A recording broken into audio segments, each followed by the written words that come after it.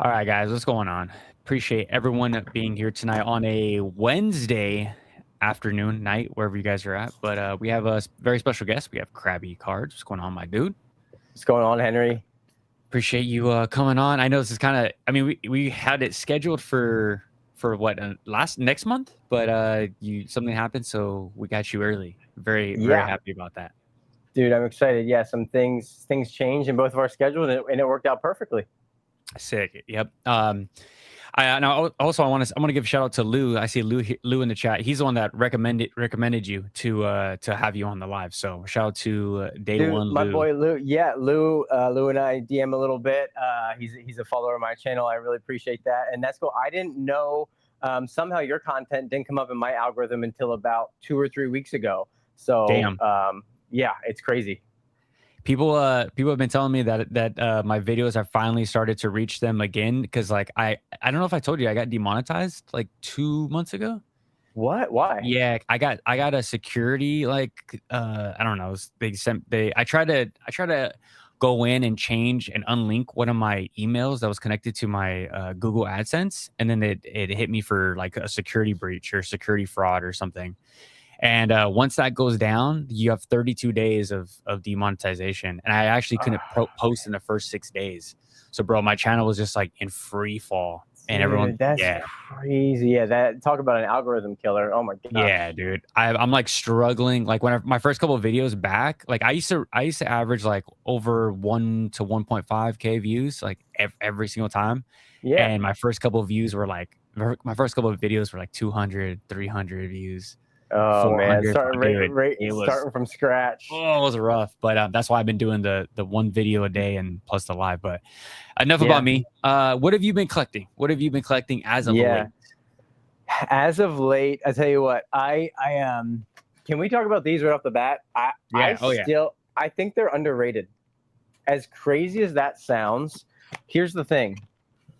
The nostalgia hit, I think it's understated the artwork and just the like every generation of Pokemon lovers, no matter what age you are, you grew up with a generation, right? Like everybody has their starters, everybody has their gen, and like the amount of Easter eggs that they put in the background, and like the art is so simple, but the way the colors pop on every card, like I know they've kind of been pumped and everything, but I get it. Like I can't stop getting as much as I can. I already have 2 sets of all 9 for the binder. And I just like I want these forever to like I want to be able to open these all with my daughter. Like I can't wait to get every series, as many as I can. So the last like 2 weeks I've been getting my hands on as many as I can. Bro, you're you're not gonna like my video on this weekend. Oh no. Oh no. I don't know if you heard me. I don't know. So you said you just found my channel a few weeks ago. I don't think you heard me talk about, dude. I hate the first partner packs. No. Like I'm literally going to grade Really? them. Yeah, I'm gonna grade them to flip them. Like I hate every single one of them. I'm a Gen 5 homer. I love the Oshawott. That's probably the only card that I'm gonna collect. But Those didn't come out. That they they're don't in come out series yet. 2, right? Yeah, Oh yeah. my gosh. Bro, because I hate how they look. Yeah, because we couple people in the Discord were saying that they look like Taco Bell sticker cards, and like I can't unsee it. Like they're just super bright and super annoying to me. But I understand. The connecting artwork and everything, bro. Yeah. Come on. It just looks like they just smack some stickers on top of some other stickers. So I'm sure everyone in the chat's just like Oh, I know. I see the sticker of just the Pokemon, like a sticker on it. Oh, you're killing me. Yeah. Now I'm gonna. Oh man. All right, I'm selling them all. It is like so, like which I agree with you. Like I don't know if they're underrated, but I think they are definitely speculated. They're being speculative very hard right now with the was it $60 for the Bulbasaur? Yeah, right there. And that was a buyout, right? That was about it. It dropped back down to like 45 or 50 bucks, I think. But the boxes are going for like 70 now. I stopped buying at 45. God. Yeah, that's crazy. Yeah, but I think for a graded play, they're great. They're absolutely great. I'm not so well. What else am I collecting? Before we get into grading, Yeah. man, I stopped. I also stopped on Ascended Heroes. I went hard. I know. I don't think you found my channel either until like a few weeks ago, right? Yeah. So if the first month and a half of my channel, I just hit 4 months on my channel. Just Damn, so bro. anybody here, so yeah, it's wild. That's Every day so I've crazy. I've missed like 2 days. That's it. I've posted every day for 4 months. So I went really hard on Ascended. Right Mhm. out the gate, I sold off a lot of stuff. I love the set, and I was able to get my hands on a good bit of it for. I think my average is probably $9 to $10 a pack with all in total. So I just really like that entry point. Again, it's a set that I want to rip it for the next 5 years. I want to be able to buy, sell, and trade it in the future. So we Yeah. don't know what's going to happen. It's an anniversary year. The rumor on the street is that Pokemon only prints the anniversary sets during the actual year. I don't know how Mhm. true that is, but if that is true, then there's no way Ascended is going to get the prismatic treatment. Like it's just they're not going to be able to do enough of it. Yeah. I'm not So sure. I'm not sure about. I still cover the English market here and there, but mhm. I'm primarily a Japanese collector, Yep. Chinese and Korean collector. But like I said, I do watch everyone's market watch and all that good stuff. But I don't know, man. Ascended Heroes, like how it went up so fast. It just I've taken a step back and be like, the market is going to market, like regardless of what I think or who's speculating on it. Like it doesn't matter. It's a whole new. I know there's all the OG people in the space will say like this market is the same and we've been here before. Yes and no. We haven't seen a set do that fast, and it's No. I every single week, dude, I tell people, I'm like, yo, you guys got to pump the brakes. Like, I'm sure you get the photos of people not flexing, but just trying to like show us what they are acquiring. I don't know why people do that, but they'll continue Yeah, to I don't show, either.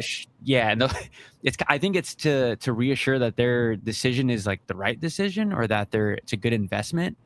And I'm telling them, I'm like, hey man, you should probably just pump the brakes. Like you should probably just slowly dollar cost average into it if you really believe in it. But like, you're gonna feel like this with the next anniversary set. You're gonna feel like this with Yep. the next. So it's just, It, I don't know. it's it's so funny in my video today, and I just can't believe some of the comments I got. I talked about being like the quiet collectors and the quiet investors and like the people that aren't bragging. Like right now, the smart people are not out there bragging and flexing on all this stuff, and they're Yeah, just kind of observing. And that's what I've really been doing especially the last 2 or 3 weeks, just observing everybody else's behavior. And my buying has definitely slowed down a little bit the last 2 weeks. It really does just feel, and this is what the comments I got on today. I'm like, this just can't keep going up like this. It's just not sustainable. And yeah, I'm a super bullish Pokemon. Like, look, I've been here since 2012. I understand how it works. I know how the cycles work. This is not sustainable yeah, at this level. And I've just started to feel like this the last 2 or 3 weeks. The amount of comments that I got today, like of just being like, but it only goes up. Like, look at the history. It only goes up. It's like, yeah, but not just straight up. And yeah, it's never been like it's just not. Yeah, and I don't know. Maybe it's like at what point is Pokemon just going to become like the biggest thing in the world? Like it were like the most popular like yeah, thing. You know what I mean? Like, and I think that's what they're going for. Their reach is hundreds of millions of people at this point, and they definitely need to get things under control. But it doesn't mean that these brand new sets, like a Destin Rivals booster box at $650 to $700, but like, bro, I sold all my DR because I'm just like, it's not even a year old. It's do you want to crazy. you want to know when I officially waved the white flag on as far as like trying to call tops or like just predict anything in the market is when. So when Brilliant Stars started to go up, started to see like a little bit of his first pump. I think it was up like 550, something like that. I'm like, Yep. okay, Sounds about like right. okay, it's like this makes sense, right? We're seeing Sword and Shield move up, and then Phantasmal Flames started moving like pretty similar. I was like, okay, it makes sense. They're kind of moving in tandem, right? And then Phantasmal Flames started to get close to Brilliant Stars. I'm like, all right, well, there's this huge disconnect, I think, in the market. How is the Sword and Shield actual like Sword and Shield set being compared to a hyper modern set that literally is being printed right now, and That they're has one valued, chase. yeah, has one One chase, chase. yeah, and they are being valued at very close. It's Yep. and I've made multiple videos, and I've got called, every single name in the book for trying to compare the two. But that's when I gave up on the market. I'm like, look, like there's this tunnel vision for the hyper modern. Yeah. And I think these new collectors, they're a different breed.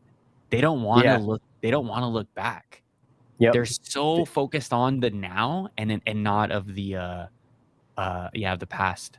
And it's always been that way. It's always been that way because there's always new people coming into the hobby. What do you think like maybe 5, 10, 15% of the hobby is kind of a rotating door of new people?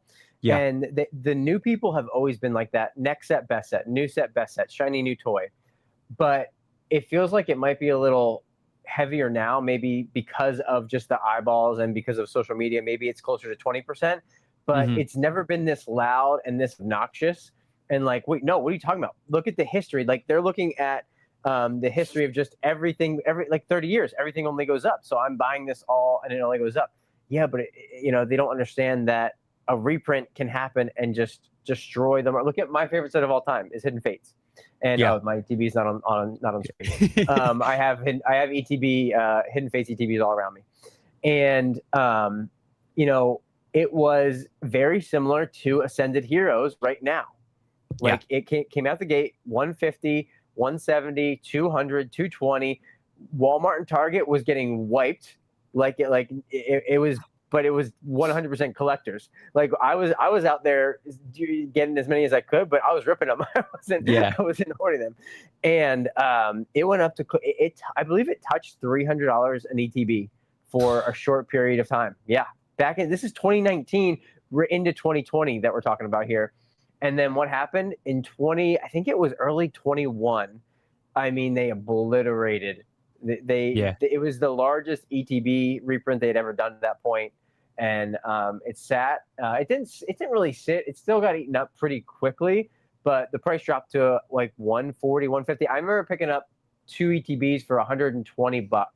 I think that's like the lowest it hit, and then it settled in at 150, and it stayed there for 4 years. 4 years. Yeah, and people aren't ready for those stagnation periods. Nope, they're not. I had Brian from Pokemon come on, and he was like saying, he's like, dude, if you remember those comments around Hidden Fates, that was supposed to be the sets that was going to be people's get rich quick scheme. That was their 401k, just like Prismatic, right? Just like Ascending Heroes, just like you can just add whatever set to that sentence, and we can just kick the can down the road constantly. Yeah. So absolutely. Yeah, I think that'd be a great video for you, bro. Like to just talk about that, like comparing, like maybe pull up an old Reddit thread. Yeah. Oh, that actually would be fun. Yeah, That would be a lot fire. of fun. I've talked about it briefly in a video or two, kind of what I just said now. But you're right. I should do an in-depth video on that. That's a good idea. Back to the Sword and Shield era really quick. The Sword and Shield, I'm of the belief that 2020 and 2021 were 2 of the worst years in the history of the world, right? For obvious reasons. Facts. Because of that, and so many people came into the hobby then. We thought it would be the biggest influx ever. Man, were we wrong because of the last 2 years. But still, there is a huge part of the hobby that came in during that time. And we were all stuck at home.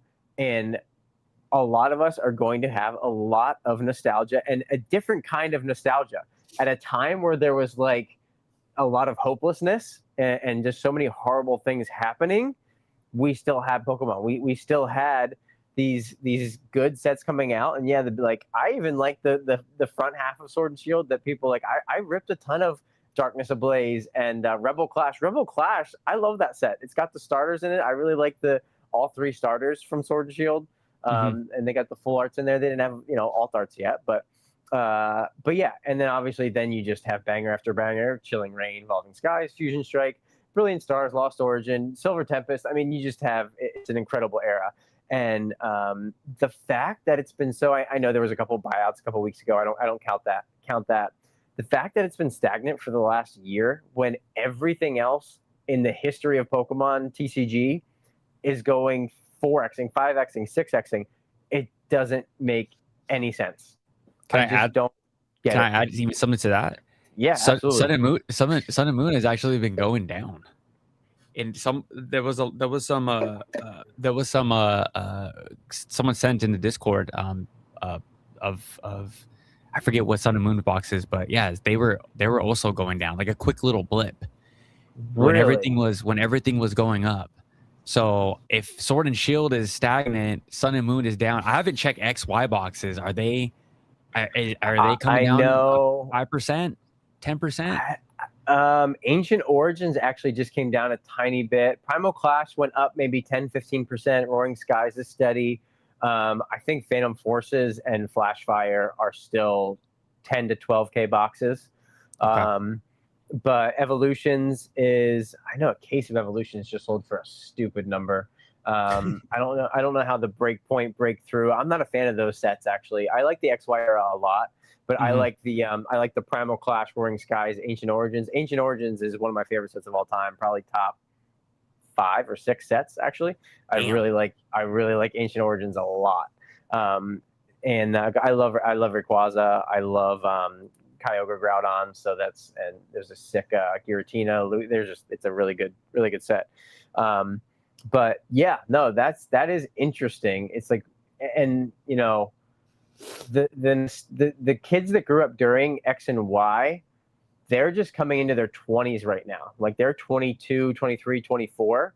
So the big money maybe not hasn't hit them yet, like to come in and like, really, and then same with Sun and Moon. So Yeah. it does really seem like whenever the kids that grew up in an era get into their 30s and start making big boy money, that they really do go back and like, oh, I'll buy a box for 5,000-6,000 that I never got to open as a kid, or I did open as a kid and I want to now go for it. So but yeah, we'll see what happens. The era conversation is interesting. I saw somebody the other day, I think it might have been Alex and Eli's podcast, Pokemart USA.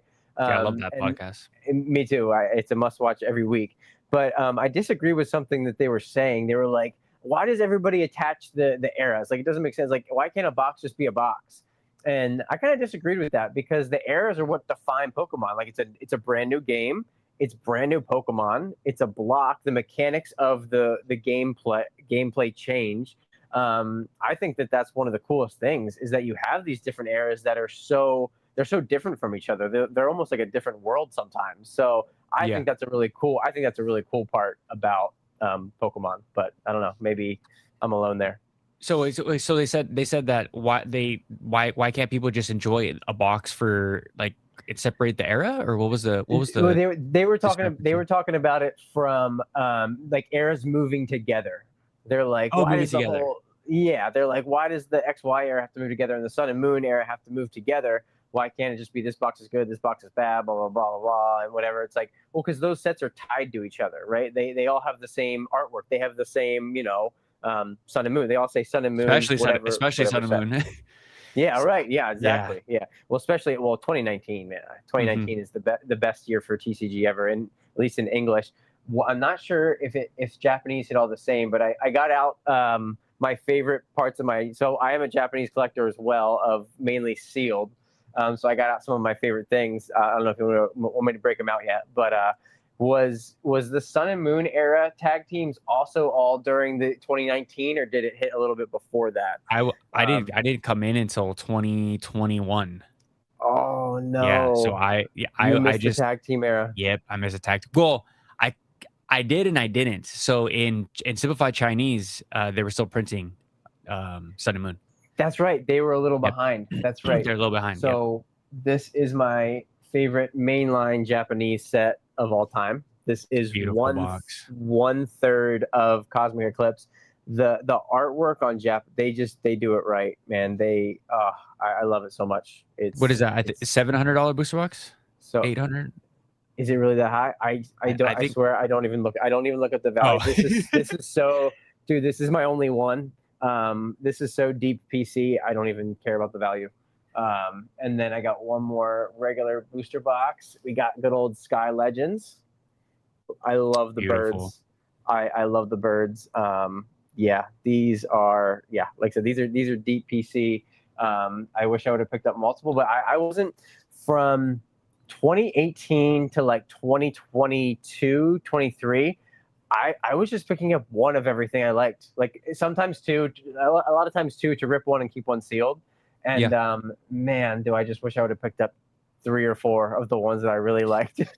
I know. I was just talking to a few friends about that same thing, because I was watching my first Japan vlog in 3 years ago, and looking at all the cards that I passed up, that I was like, oh, this is gonna be, oh, this will be there, oh, this will be there, this will be, dude. I mean, I just left tens of thousands of dollars like on the table. It's just disgusting. Yeah. I don't know why I didn't pick. I'm just one of those. I'm one of those collectors.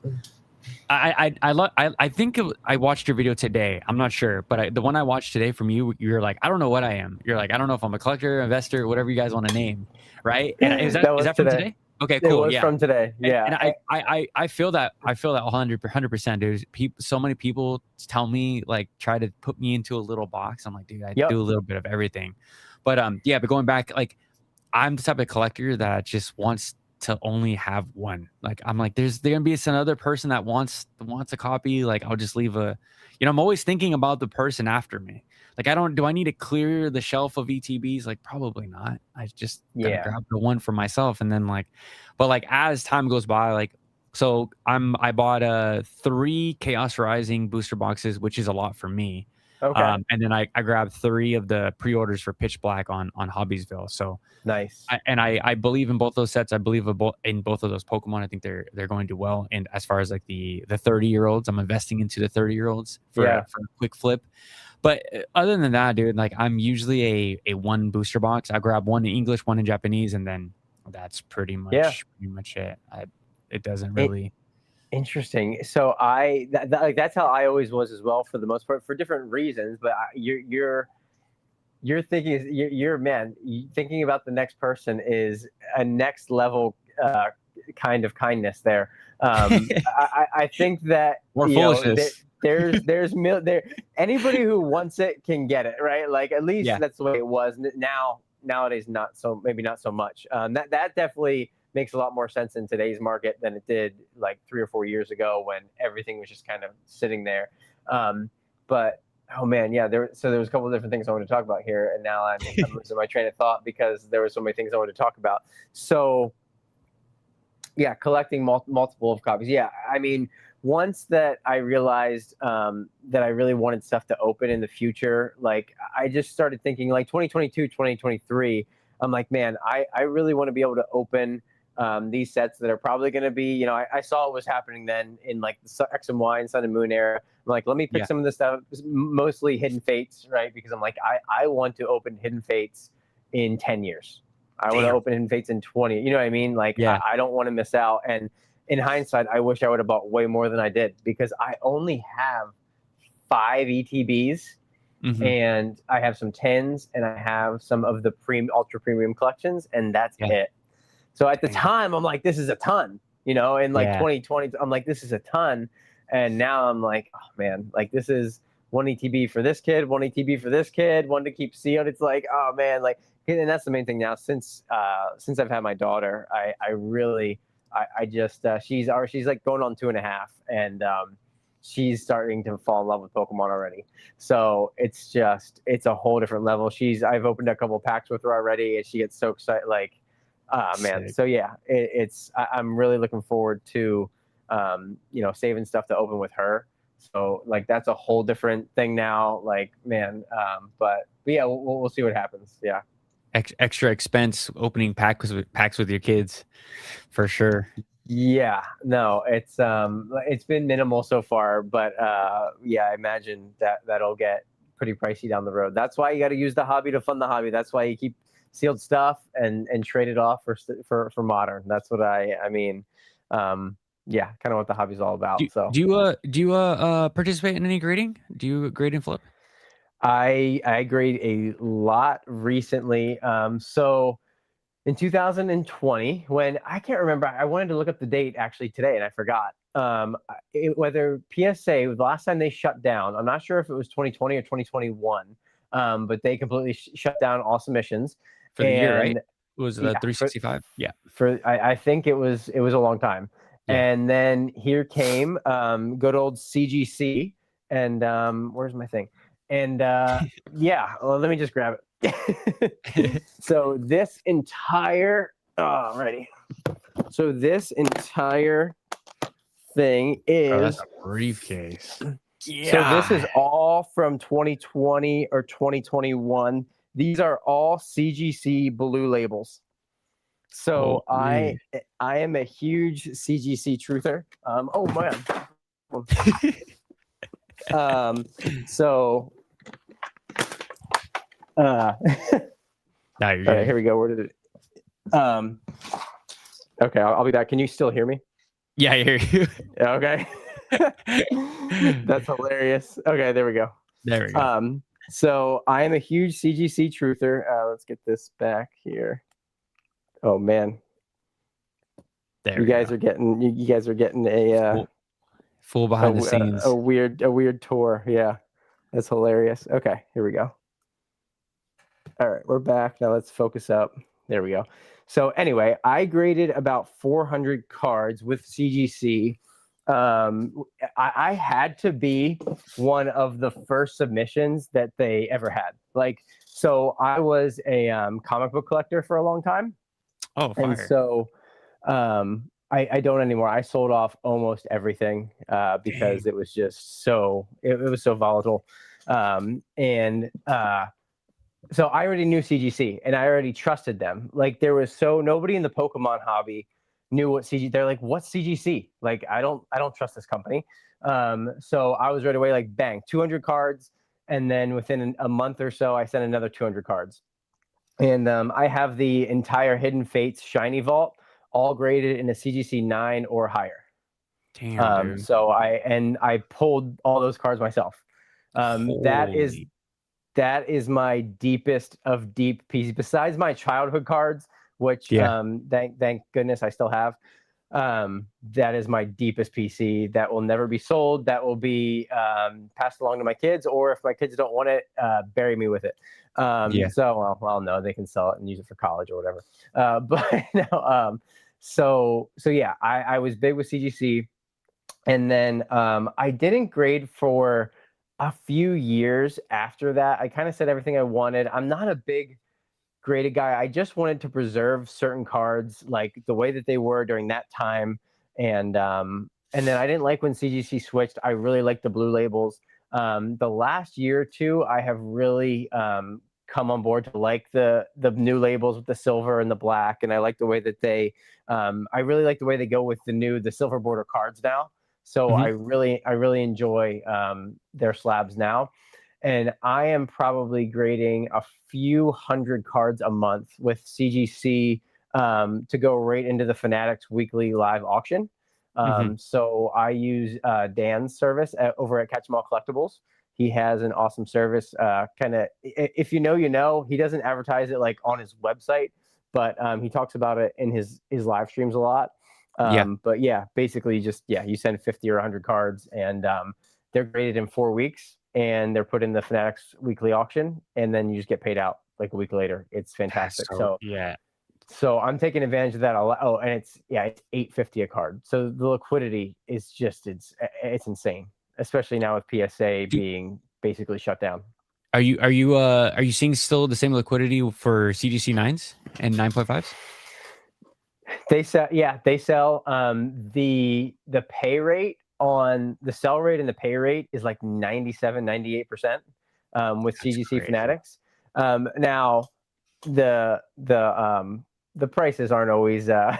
the illustration mirror, some of them do well, but there's a lot of cards that sell for $9 or $10 and you break even basically, Yeah. which is fine. A lot of those cards are $2 or $3 cards anyway, but when you 10 stuff, it does well, and I do think there is still some segment of the market that was buying up a lot of CGC nines, 9.5s, 10s to do the cross grading play and go over to PSA or Beckett.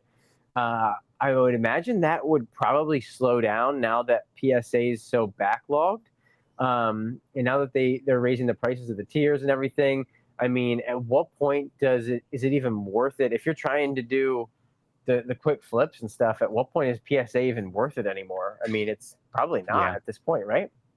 Yeah. And then because we have the or the what is it, the membership, but what is it called, the collectors club, like Collectors Club. used to get a deal. Now it's like you're just paying the same as like GameStop, but I would Yep. never submit through GameStop. That's cooked. No, I would No. not either. Yeah. Yeah, I'll pay the because I'm in California, so it only takes 2 days to get there, but I still pay the extra $10 for the shipping to get it there Bro, like the next day.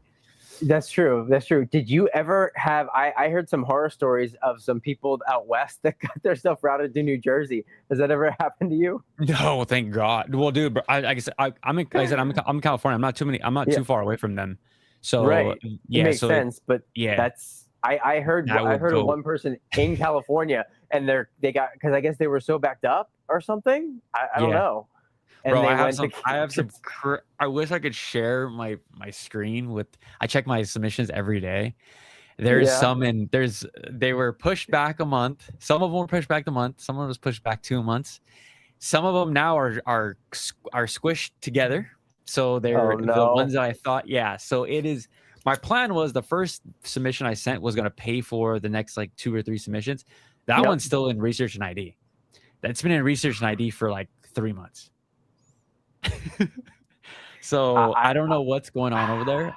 I also get the occasional like I'll get the alert on my watch. I'll say like, "Oh, we received your order. Perfect, cool."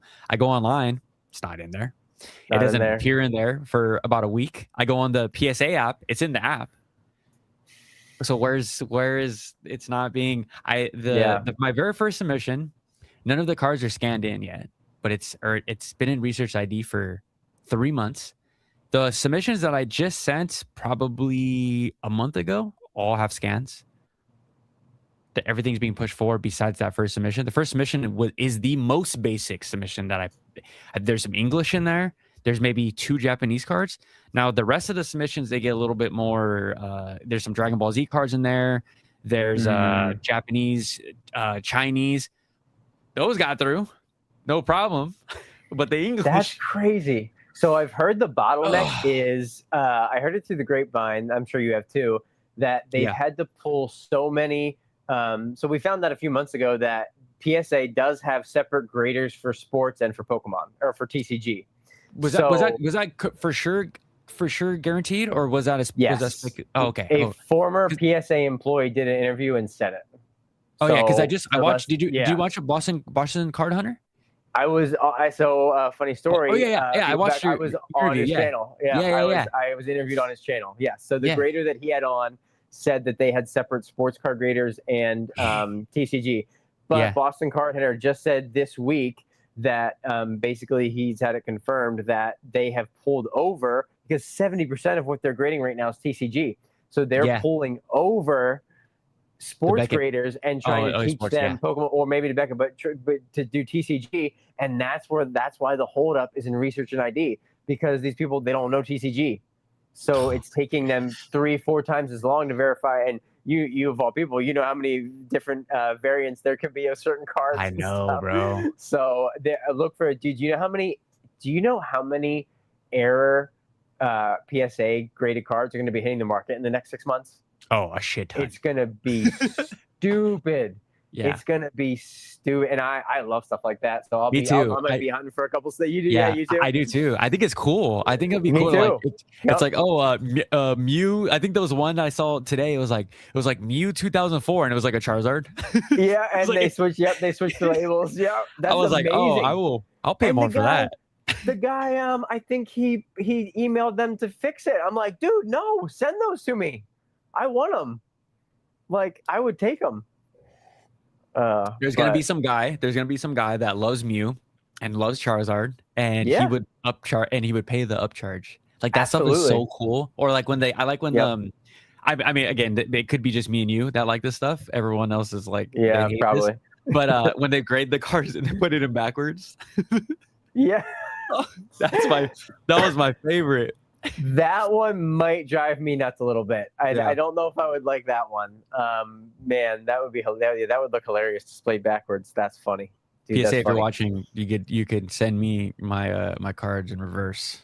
Yeah. So no. So have you graded with CGC ever? I have I for okay for here. Well, let me tell you why I will never grade with CGC. Oh no. I don't. Dude. I'm very like very vocal with what I like and what I don't like. Obviously, Oh yeah. Me you too. know. So for me, it's just if I don't like the slab and I don't have any nostalgia with the slab, then I have there's no point for me to. So I'm a sport. I mean, you right before we got on, I was listening to the Golden State Warriors podcast. Yeah. So like for me, the PSA like it's a ticket is what it is, right? It's like it looks like a sports card Yeah. ticket. It looks like something that you would get at a baseball game or a basketball game. So that's where my True. nostalgia comes from, right? I've been in the sports card world since I was a freaking little jit, 4 years old, Yep. 5 years old. And I remember holding PSA slabs, like so that just it's nostalgia. Okay. Right? Or 10 years old, whatever, however old I was. But Yeah. so I didn't have that with CDC. I did have that with Beckett though. I remember seeing Beckett somewhere down my sports card career. So I'm a little bit more turned on to their slabs, But CGC, like to me, I think they look cheap. I think they feel cheap. I've had people send me the new CDC's slabs. I do like Tag. Tag is a little bit better than CGC, but Oof, I just man, okay, we're all right. Well, it's been a good night, everybody. Yeah. Well, so I think I disagree with the slabs. The CGC slabs are clearer than PSAs. If you put them next to each other, I think they're clearer. Well, I think because the PSA has that has the frost that a lot of people either love or don't love, right? So it does. Yeah, I don't like it. Does. Yeah. Yeah. So it does have that weird it people like Tag because it looks like the card's floating. It's like a very transparent. I don't like that. Like CCIC is the same way. Like the card looks like it's floating. Okay. Which, yeah.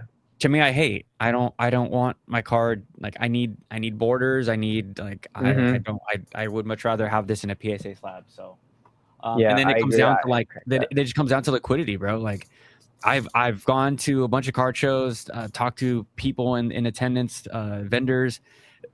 I could just attest like what moves here in California. CGC slabs everybody hates. Like every card show.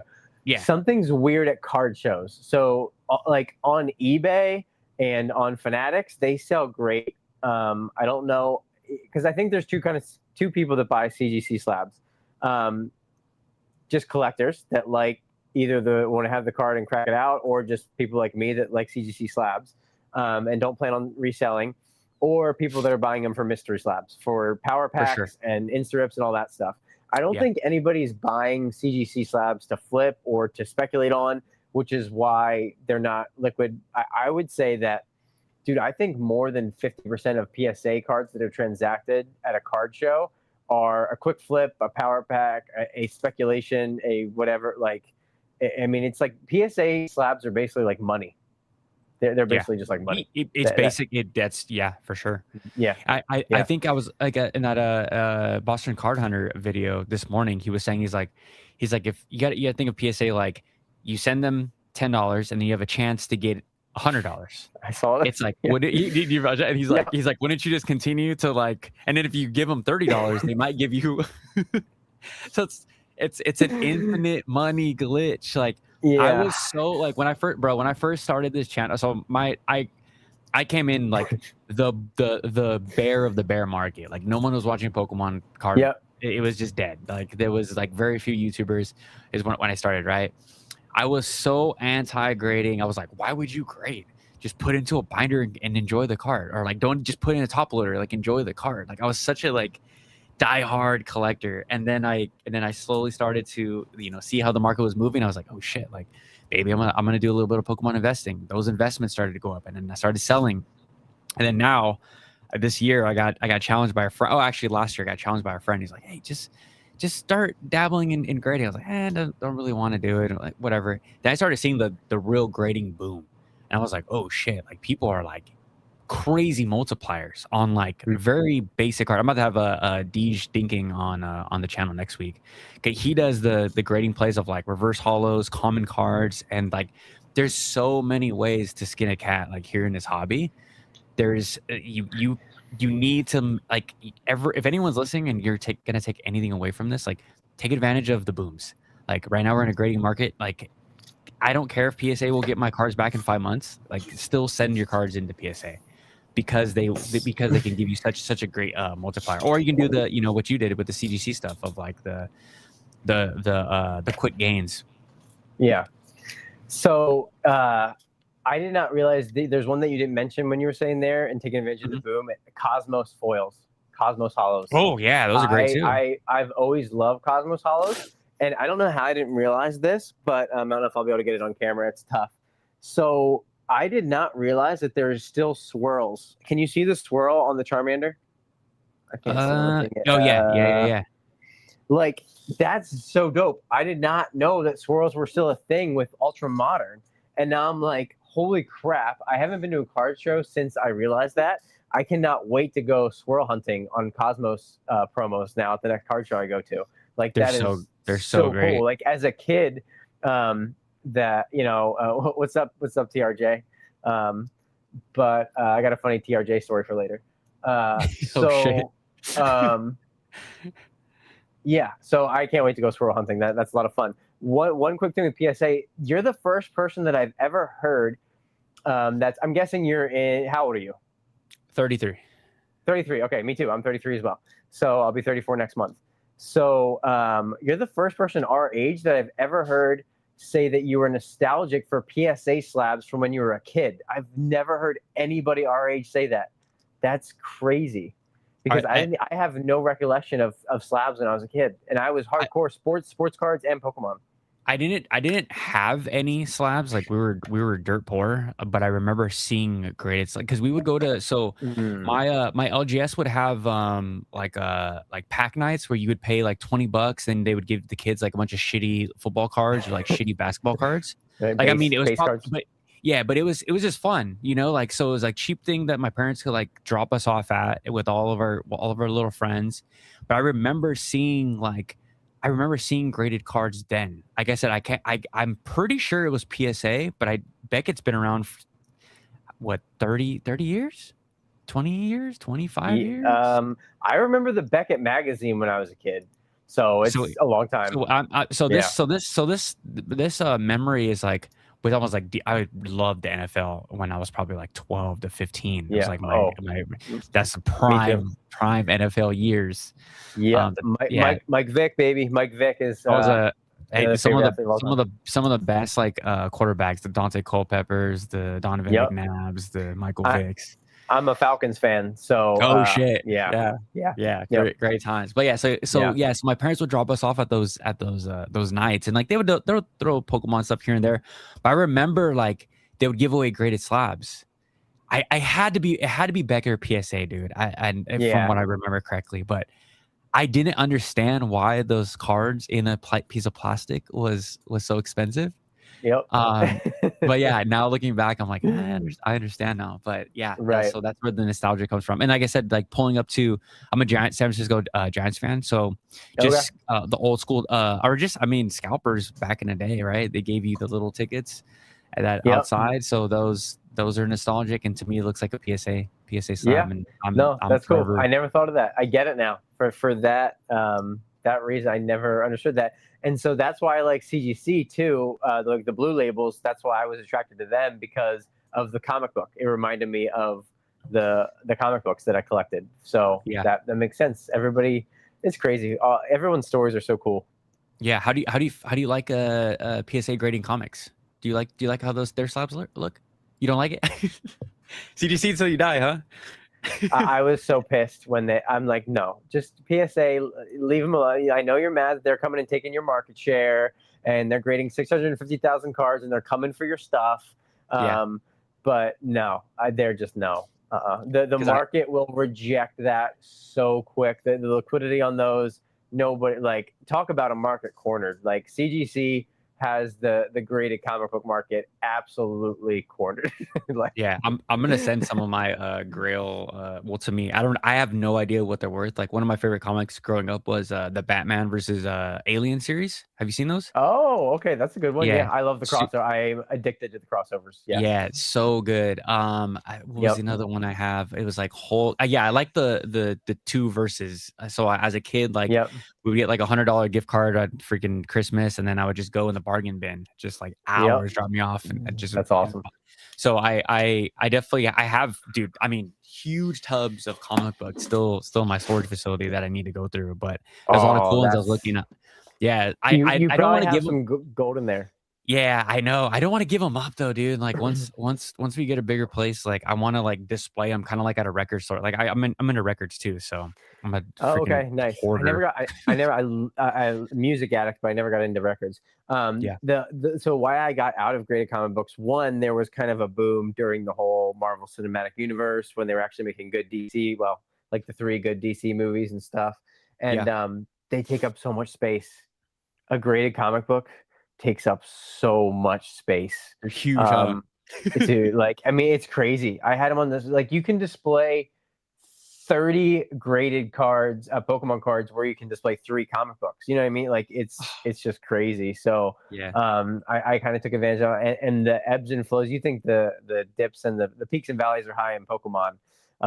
Man, the both Marvel and DC then did a sturdy there for a few years.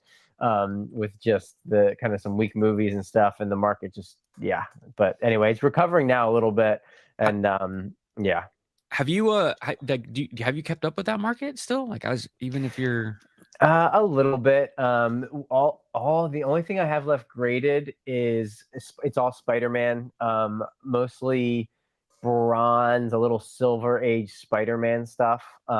So the best that I have is a I'm gonna forget the number. Amazing Spider-Man. Is it 252 or 282?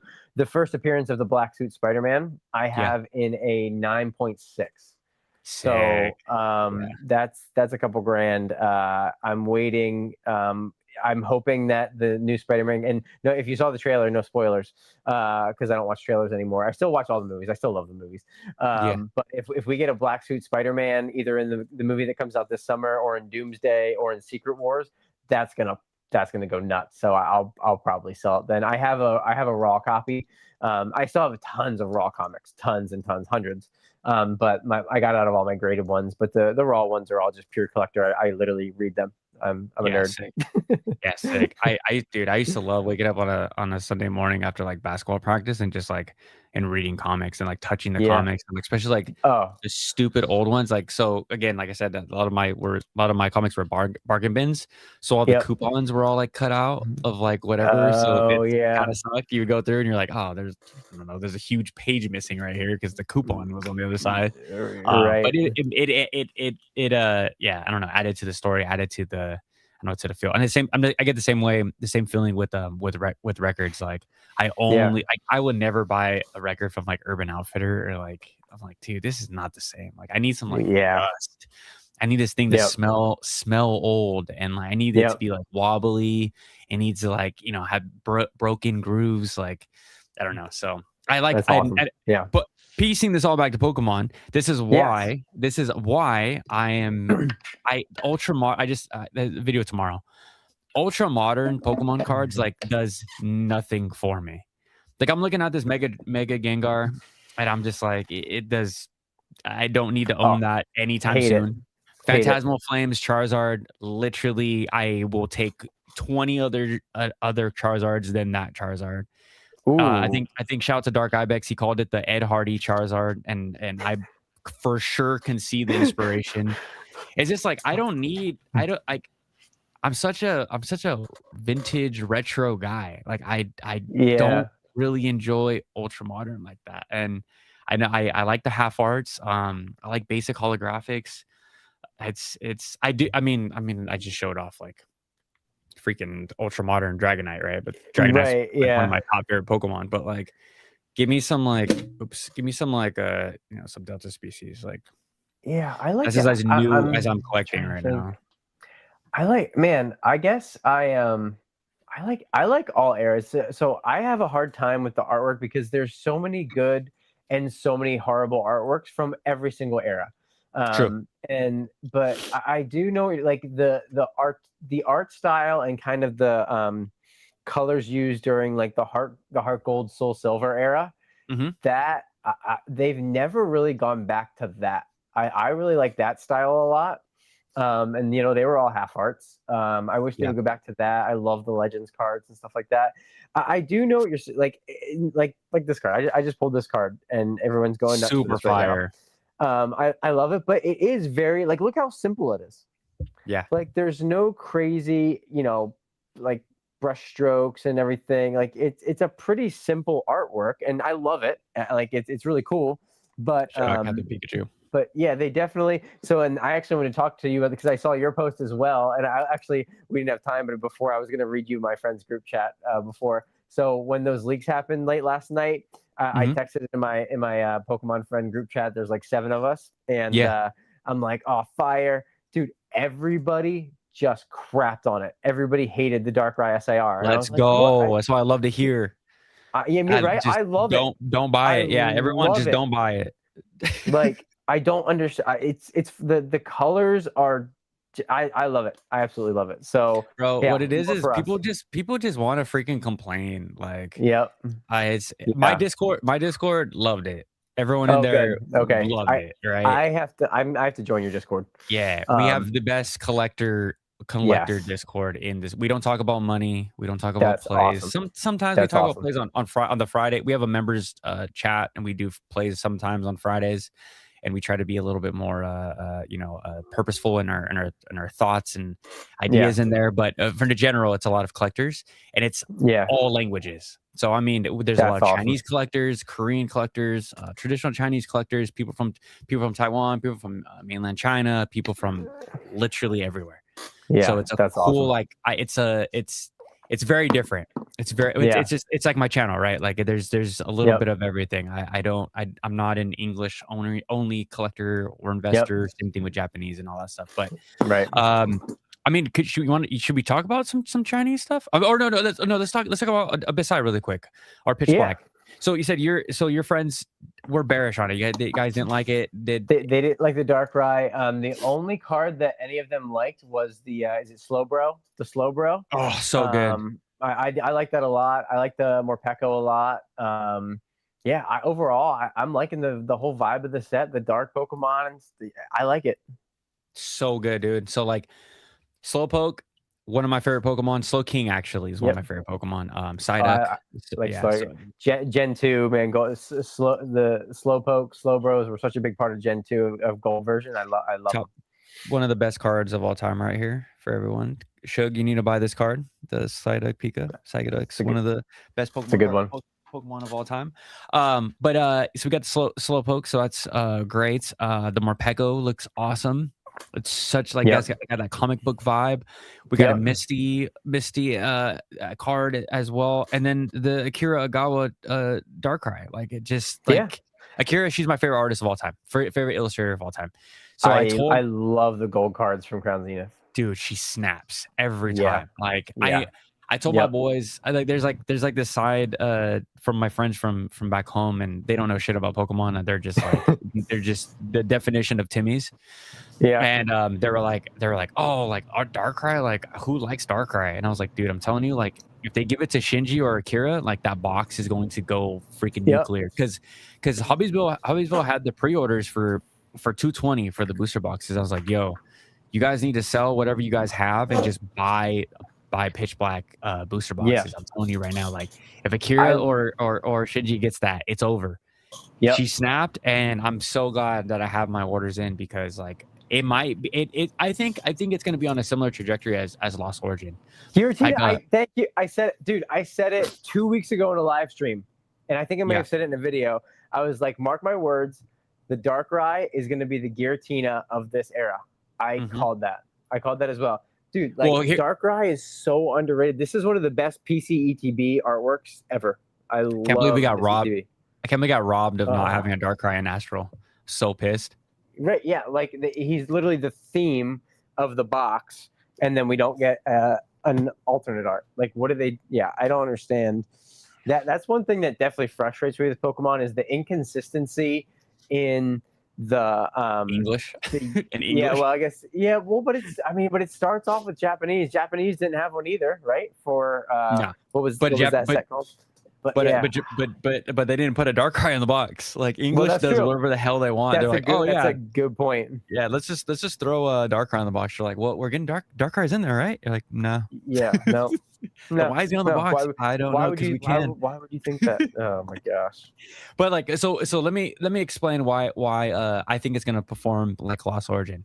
So Lost Origin comes out, the Giratina is beautiful. Shinji didn't have his hype yet, right? It wasn't like the artist, but we all knew the capabilities of that Giratina. Like, very beautiful, very different, right? Performed, pumped, everyone appreciated it. Then it kind of had a lull period for quite some time, where it just kind of flew under the weather. All these boxes starting to surpass it. People still love that Giratina, but a lot of the cards in Lost Origin, people didn't really care. Maybe I was speculating that the Sleepy Pika was going to be a good card. What else is in there? The VMAX Pika with red looks great. There's Aerodactyl, like so many good cards, and it just like stagnant until what? Last week it's finally hit the 8s. Finally.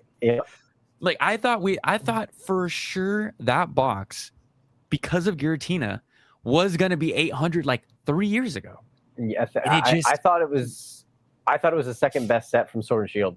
Exactly. The whole time. I think probably 90% that were in Pokemon, like YouTube, like really dialed in, or just like in the space. We all thought the same thing with not Lost Origin was going to be number 2.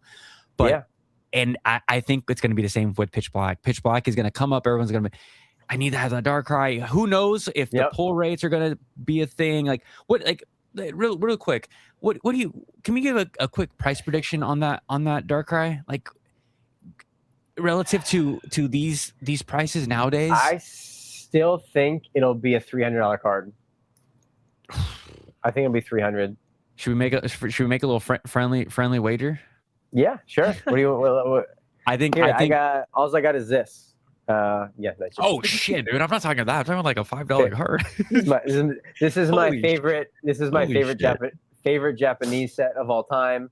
If Ern's still in the chat, you know. Ern left. Ern doesn't stick around too long for my streams. Pops in and says hi.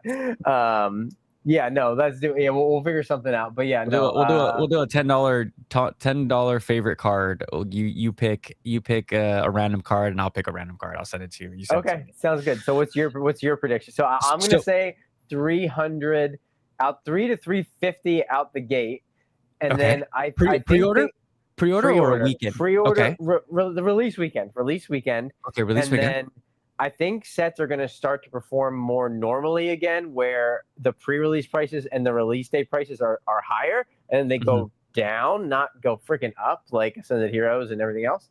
Yeah. I think it settles in like the 250 range within a month or 2. So I think pre-release is going to be 500. And I think you're going the other way. Yeah, and I think I think it's going to settle at a month at 350, 375. Okay. So we're like 150 to $200 off total. Okay. Yeah. Okay. Because remember, in the beginning of this chat, I said that people that like Darkrai are older. It's none of the kids. The new kids don't care about Darkrai. They don't know. That's true. So we're kind of like betting on the 30-year-olds. I mean, right. Gen, so with Gen 4, right? Yeah, So Gen what? 4. Yep. How old are Gen 4s? If you're 10 years old 20, and 20 so yeah, you're 26 to almost 29. 30. I'm taking that bet all day that Darkrai is gonna be 350 at 1 month after. So so let's bet one month after.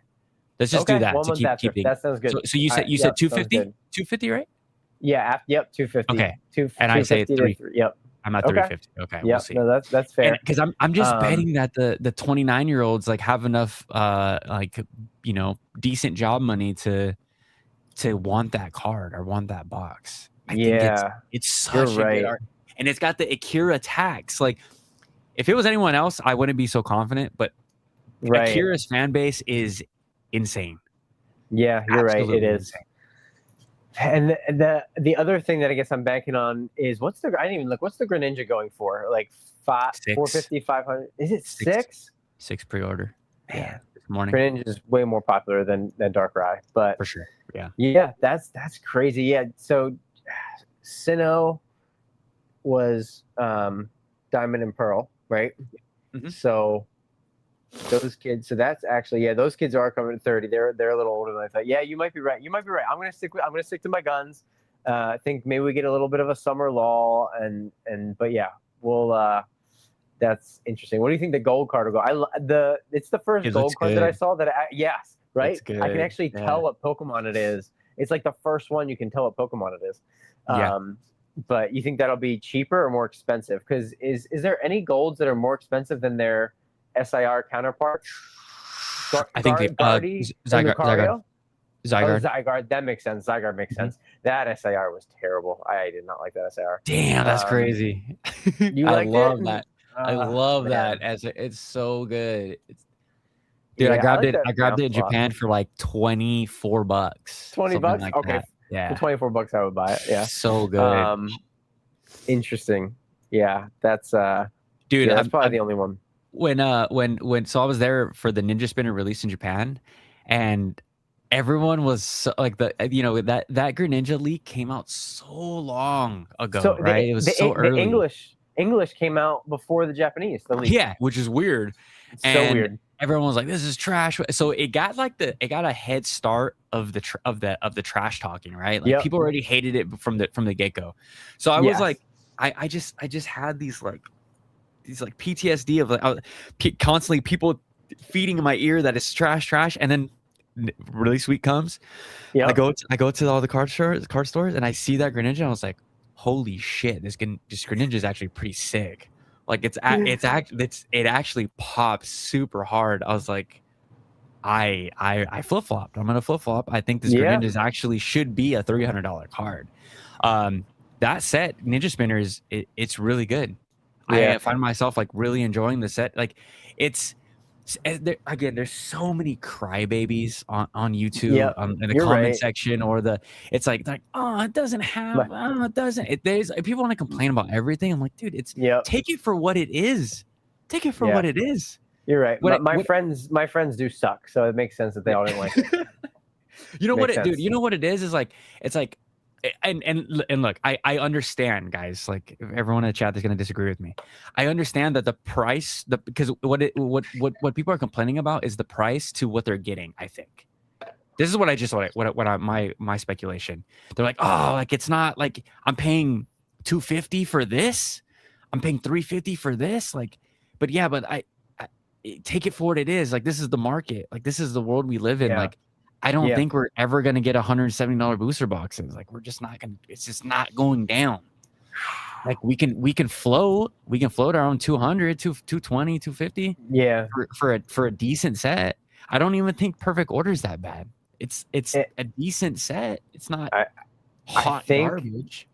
as much as I do think things will calm down, I think when Pokemon raises MSRP next year, which I Yeah. think they will because they just did it in Japan, In Korea. I think so. MSRP is going to go up to the 180s, maybe even 200. It depends if they go 50 cents or $1 a pack. Yeah. So they're either going to go to like 181 or 183 or like I think 199.97 or something. Mhm. I do think the floor will be raised. And here's my theory, kind of going off what you just said about the Greninja.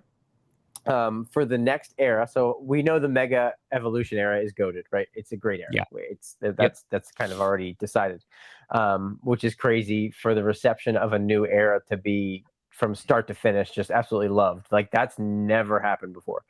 But Winds and Waves, the starters were revealed already, what, 3 months ago? And we still Mhm. have another year before the game comes out.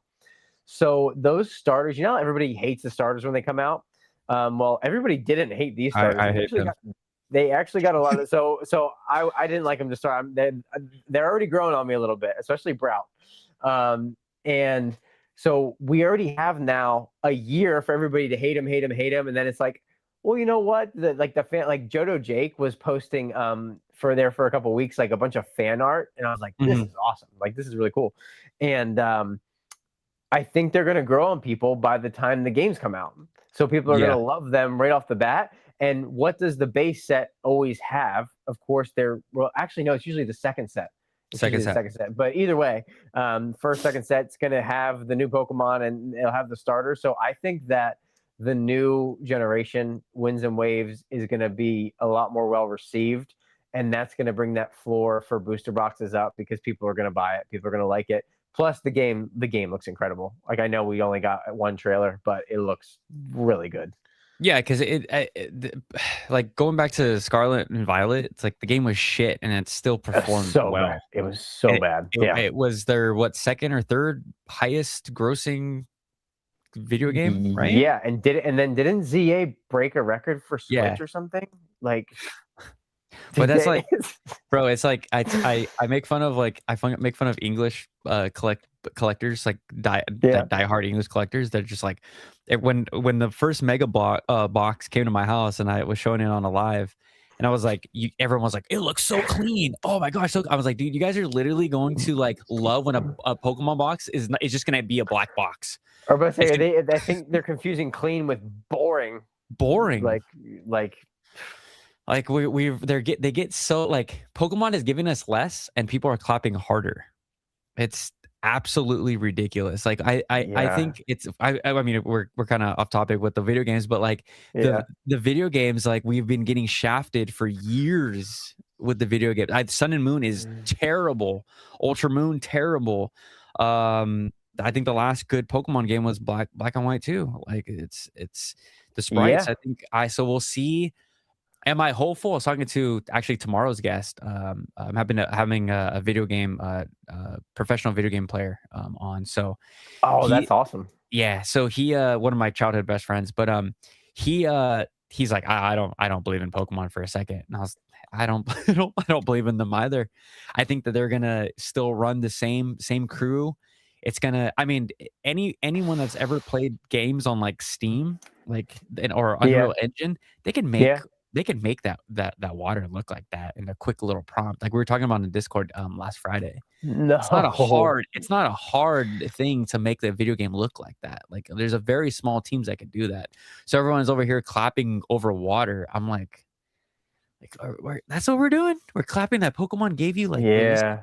water. Like, do you guys not play video games? Like, Man, I don't. Do you think they're gonna if they rug pull like that?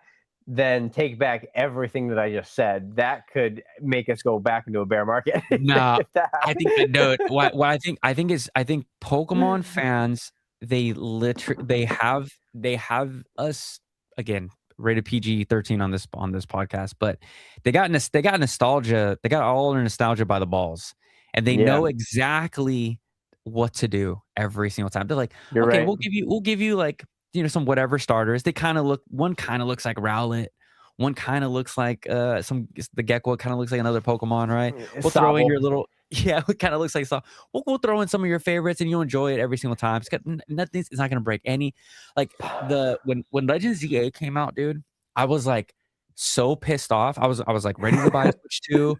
I was ready to go in. I was like, oh yeah, this looks great. They're gonna be like some guy did one single guy. He did a fan like recreate, right? He's like, this is what ZA could have been, right? So he was showing like a Meganium, right? He had a was it Mega was Mega Meganium.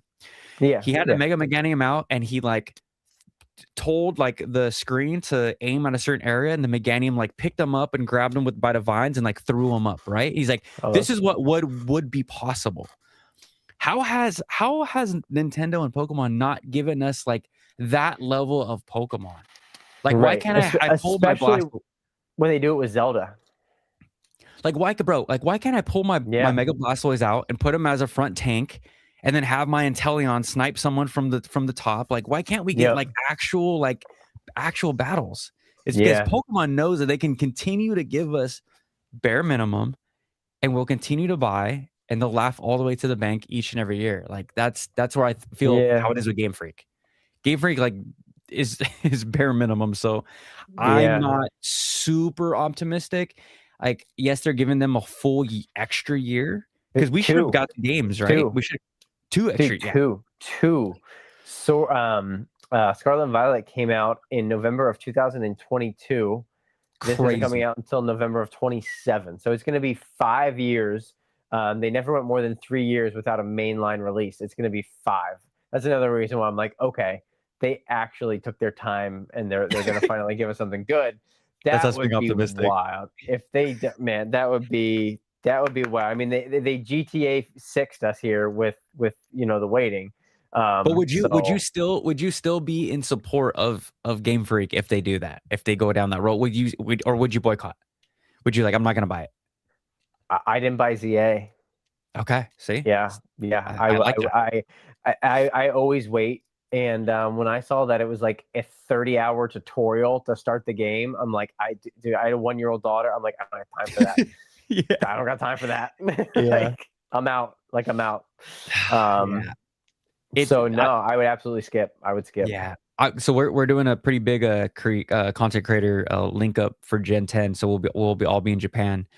Couple Japanese content creators, couple American content creators here. So it's gonna feel so stupid if I like don't if I'm like anti Gen 10 and then I pull up to like the freaking Gen 10 release week and I'm just there in Japan like this Wait, sucks.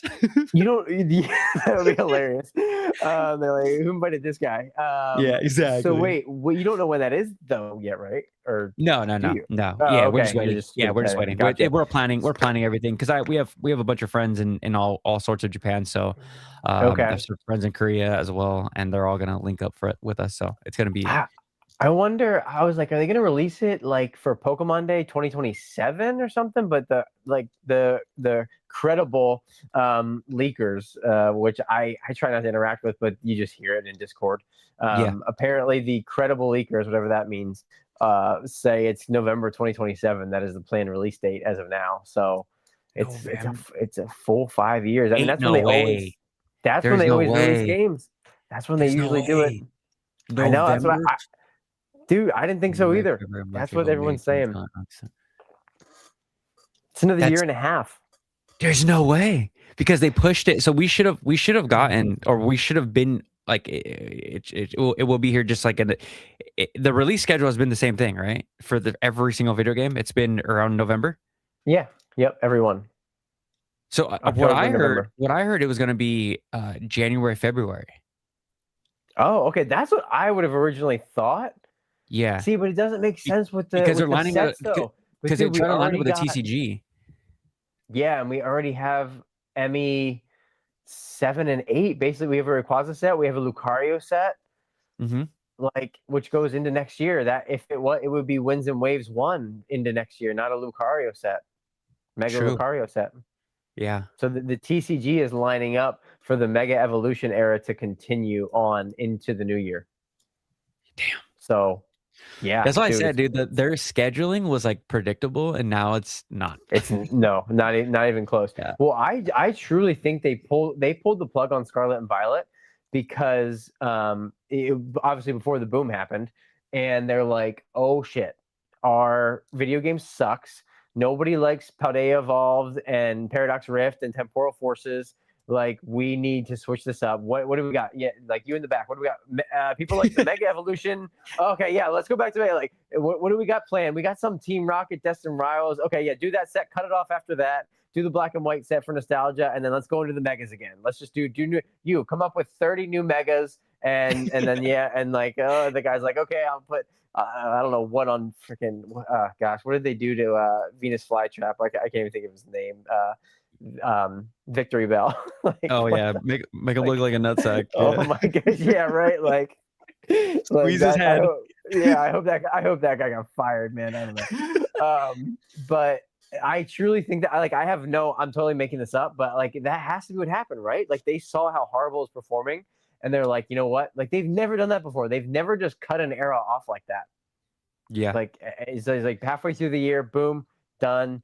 Black Bolt White Flare, which we can talk about that. I mean, whether you're talking about Japanese or English, just I love Black Bolt White Flare. I I'm a love Gen it so 5. much. Gen 5 is the Yeah, right. best Yeah. generation. Yeah. Oh my gosh, that has to be one of your favorite sets of all time, then. Yep, for sure. Yeah. Yeah, that's awesome. Dude, there's like so my friend like he went to Taiwan for his honeymoon. He just got me a bunch of random ARs from that set. And Nice. I didn't even know how many ARs were in that set. I was like looking through the pile because I was finding stuff to grade. And I was like, oh, I didn't know I had Panseer or Pansage. I didn't know. I was like, damn, there's so many freaking ARs in this freaking set. It's I swear I what covered it.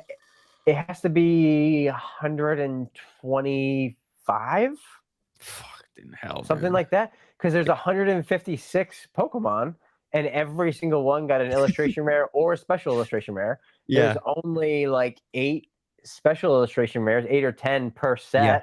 Yeah. So you have to have like 130 illustration Bro. rares. It's I remember goated. It's amazing. I covered that set for like a month and I was over it. And that's probably the last time I looked at the set. And like I said, my friend went to Taiwan and he brought me back a stack of ARs that he probably got for, yeah, for like 50 cents. Yeah, right, dude. I see a card from White Bolt or Black White Flare or Black Bolt every week. I see a new card that I didn't know. Yeah, exactly.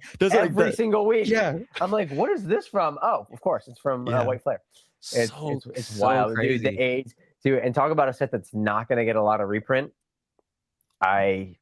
In either Japanese or English. I love the do you have any of the, what are they called, the deluxe boxes in Japanese?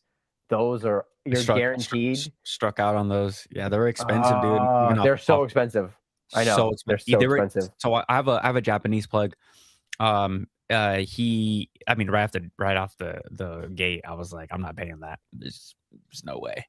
Like the Japanese prices, dude, like even with my plug, like he gives me a really good deal, but they're still it's way, I mean, it's insane. It's just, dude, you know what happened with those, right?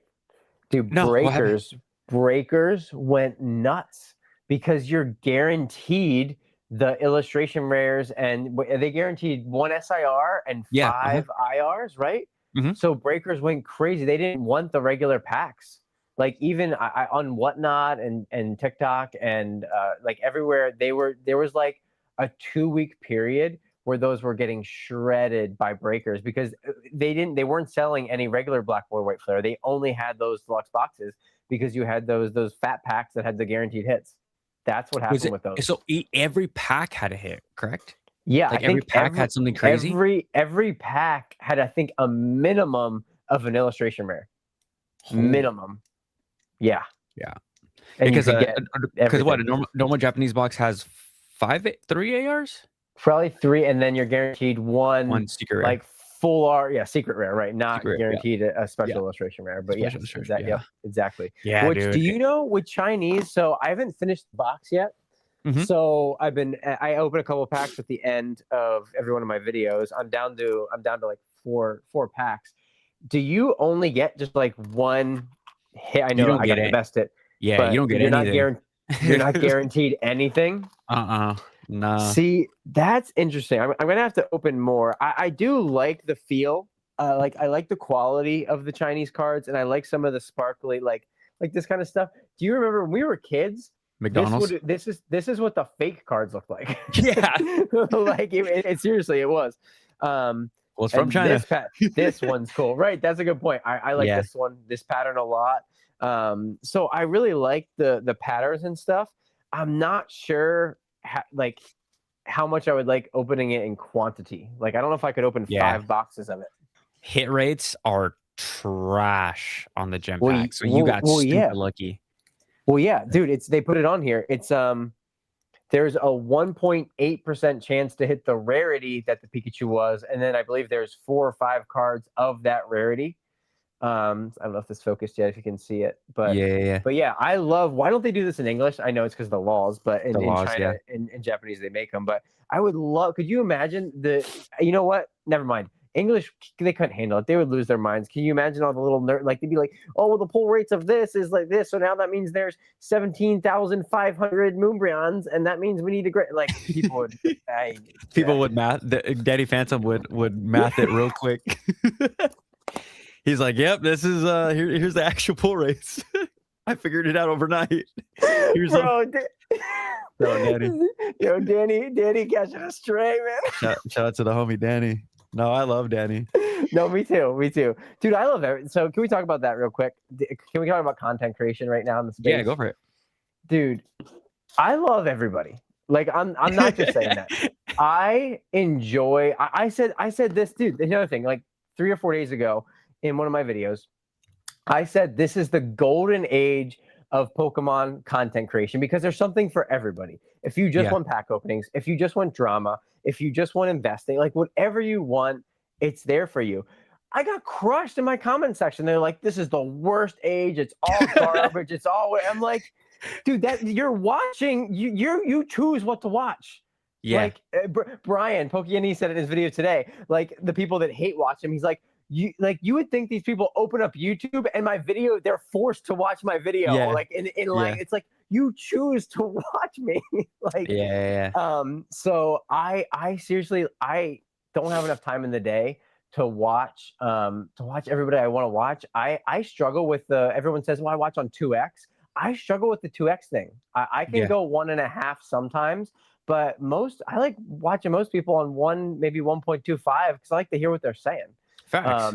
So like I think we are in just an absolute amazing time in the space, and that's why I joined in, because I just like it's so much fun. There's so many different opinions, and that's why I really like, from what I've seen of your channel for the last 2 or 3 weeks, is coming together, even though we don't all agree and we all get placed into these buckets. Well, you can only be a collector, or only investor, only a flipper, only a grader, only a vendor. It's like, I could not disagree with that more. We can all do our own thing. We can all dabble in whatever part of the hobby we want. That's what's beautiful about Pokemon, and we can all be friends. Like we don't have to agree on everything. Bro, people take stuff so personal in this space, and there's a lot of people that are mad soft that like I've came after like their takes or whatever, and it's just like, dude, we're still homies. Like we can totally criticize like how we collect, invest, whatever, but like at the end of the day, like we're all nerds just talking about freaking Pokemon. Like if you're really gonna get upset or like want to fight somebody on in person or online over Pokemon cards, like bro, you need mental help. So I think here's my take on the Pokemon creating space. So I was watching the Weekly Weedle, they were on Jodo Jake's and Ern's podcast, right? And and I love Oliver, and Oliver said something that was in my head. It's been in my head for a really long time. He's like, we're in the era he's like, there's just a lot of low effort content, and people need to try more. And Ern's like, he's like, I need to try more then. Like, I'm low effort. And like what it is that it's very accessible. I mean, you said you're on your phone, correct? Yeah, everything. I do everything on my phone. 100% of my channel has been done on my iPhone. My two homies, freaking Team Rocket Joey on his phone, Strawberry Pokemon on her phone, right? Like you can still create, and it doesn't limit you for sure. Nope. But I still wish that people would give a little bit more artistic. But that's just my own spiel with the hobby with Pokemon YouTube. Like I think it is an echo chamber for a lot of this stuff, and a lot of people are afraid to like not only just go against the grain, but just do something different. Like we don't all have to collect the same way. We don't have to think the same way. And it's okay to like express that on camera. Like you don't have to be liked by everybody. I think you'll actually grow even more if you like disagree with people in a obviously Hmm. respectful way. And Yep. it actually will grow the hobby more if there's like more ideas. Like my channel is I'm probably the only person that collects English, Spanish, Korean, both Chinese languages, Indonesian. Yeah. Like I invest in English. Once an English box like goes bananas, I sell it and I just buy it in Yeah. Spanish. And I throw it in That's acrylic awesome. and it looks exactly the same, right? It's Yeah, very different way dude. to collect. Um, Yeah. but go ahead. Go ahead. Sorry, real quick. I was gonna say No, I no. was like 3 years ago. I was this close to buying a Heart Gold Soul Silver Spanish booster box, Fire. and it was like 2 grand. And I was like, and it's probably worth 10 now. I don't even want to look. But anyway, yeah, But yeah, like it's just there's a whole lot of. I mean, I've said it 100 videos. I yeah. absolutely hate AI thumbnails. Oh, Like dude, block. I instant, blocked them, inst, all of insta them, block. Like dude. my boy. Good. What's Anatomy TCG or something is the big one right now, and it's got like tens of thousands. I'm like, everyone's like, oh, All well, I AI, turn it right? on. It's all 100% AI. The 100% voice, AI. everything, 100% of the channel is AI. Someone's raking it in on there, and it pisses me off. And I block, auto 20, block. dude, they got recommended to me not too long ago. So thumbnail AI, voice AI, everything. One of their videos, I mean, very basic video, but 250K views. They are just crushing it. I don't know what it is with the algorithm that likes AI. I mean, It does. Yep. Shout out to Pokey Plumber, but I absolutely like once he did the AI thumbnails, He changed it. I hate it, I, I dude. I love unsubscribed. Plumber. Did you Yeah, really? I unsubscribed. Yeah, I Oh can't do it, bro, man. because it's just like to me, like YouTube has to have for me, like, and again, like we're still friends. Like we still chat on Instagram, Yeah. um, but I can't like it What because about? the thumbnail is artistic. Like we have to I keep I agree. some form of art in this space. Yeah. If we lose that and just plug in your like I told Haas Games and Cards, like another good friend, but he does the AI thumbnails and he was like, no, I agree, like it's slop and like I need to do better and I need to like sit down and like learn how to make like art. Like Right. it's a part of the YouTube journey. Like, and I told him, I was like, dude, just put your face. Like just I Yeah. would much rather That's see it. your face in a So box. here's the thing. So my thumbnails are very basic. And here's the thing. I work 50 to 60 hours a week. Yeah. I have a wife. I have a 2-year-old daughter. I don't have time to edit my videos. I don't have time to do fancy Yeah. thumbnails and all that stuff. But I wanted to take part in the hobby and the content creation space. So I let those things hold me back for years. I'm like, and then Brian Pokiani inspired me. He's like, he just did a video right before he kind of took his break after he had his kid, and he's like, you don't need to do anything. You need to turn the camera on and talk about whatever you want to talk about, and that's it. And I was like, you know what, I'm going to finally do it. And I did it, and I haven't stopped since. And Yeah. shout out to Brian. I'm so glad that I did. Everyone's at such a different spot. Everybody has to compare themselves to other people, and it's like, no, Yeah. do your own thing, whatever you want to do, whatever you like in the space. It goes back to the collecting what you like. It's like, Mhm. it sounds so basic and so whatever, but it's because it's so true. Yeah. Like it's Yeah, like just someone said the AI hate is more douchey than AI. But it's not just the AI hate. It's how you use AI. Me and yep. like go look at a Team Rocket Joey. Shout out to my boy.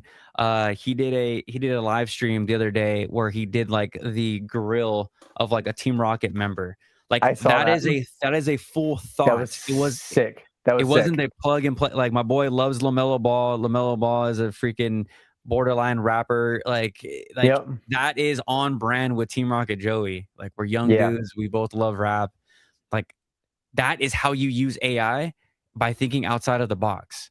Yep. Like use AI and use your freaking brain. You don't have to just copy and paste and throw yourself. Like I see the same AI style thumbnail on every, but like I I hate said, it. with you and with Haas, like your face in a booster box is enough to get us to click because I Yeah. know what I'm getting with that with you guys, right? And It's two your and two thoughts. and 2 words. Like it's only In in two 2 words. words, yeah. Yeah. Like That's it. I have yet to see a thumbnail from you and a title that I'm not gonna not click on. I'm just like, okay, cool. This is the topic. Cool, sick. This is the box we're Right. talking Yeah. about. Cool, sick. Boom. Yeah. I don't need Yeah. fireworks and explosions and No.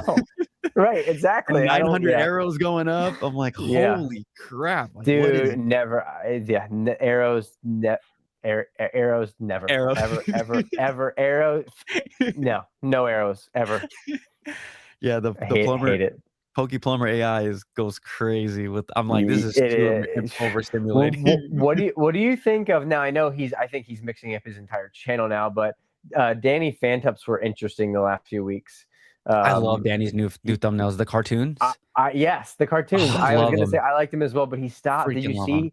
see? He's completely. He's totally changing his channel. He's not even really doing. I don't think he not doing long form. He's creating a second channel, and I don't know. I forget. I watched the video and I can't even remember, but he's kind of taking a step back. He's going to have less videos, and a lot of the big content creators, I think they're sick of making the same stuff. Do you see Rudy? Do you watch Rudy? Alpha Oh, Investments? love Rudy. Dude, yeah, me too. I've watched him for like 5 years. That's the big dog. Did you see he's going to strictly long form and he's starting a podcast? No. Dude, yes.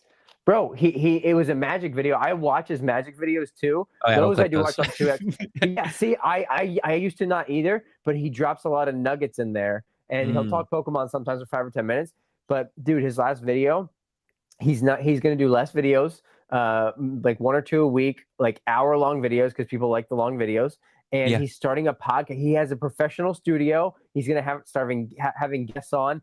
Can I predict a guest right here? I don't know. I think Brian Pokiani is going to be a guest in his studio in Florida with Rudy. I'm calling it right now. Holy shit, that's cool. That's just a cool. total shot in the dark guess. He just said he's going to start having content creators on and stuff. And I think that's going to be. I think that podcast will break the TCG tube. Because I mean, easily, it's gonna be incredible. Because he's gonna do it right. Like it's gonna be for sure. It's gonna be awesome. Yeah, that's so. I'm excited. No, I didn't know that. No, I didn't know that. I'm behind in my watch later on YouTube right currently. I just like so much Pokemon YouTube. Do you want to? You don't want to know? You don't want to know how many are in mine? Let me see. My watch later. I'm maxed out constantly. I have 460 videos right now in my watch later. Gee. 460. Yikes. Yeah, I want to talk about the content creator stuff really quick. So like I said, I see Joe Jake's here in the chat. What's going on, Jake?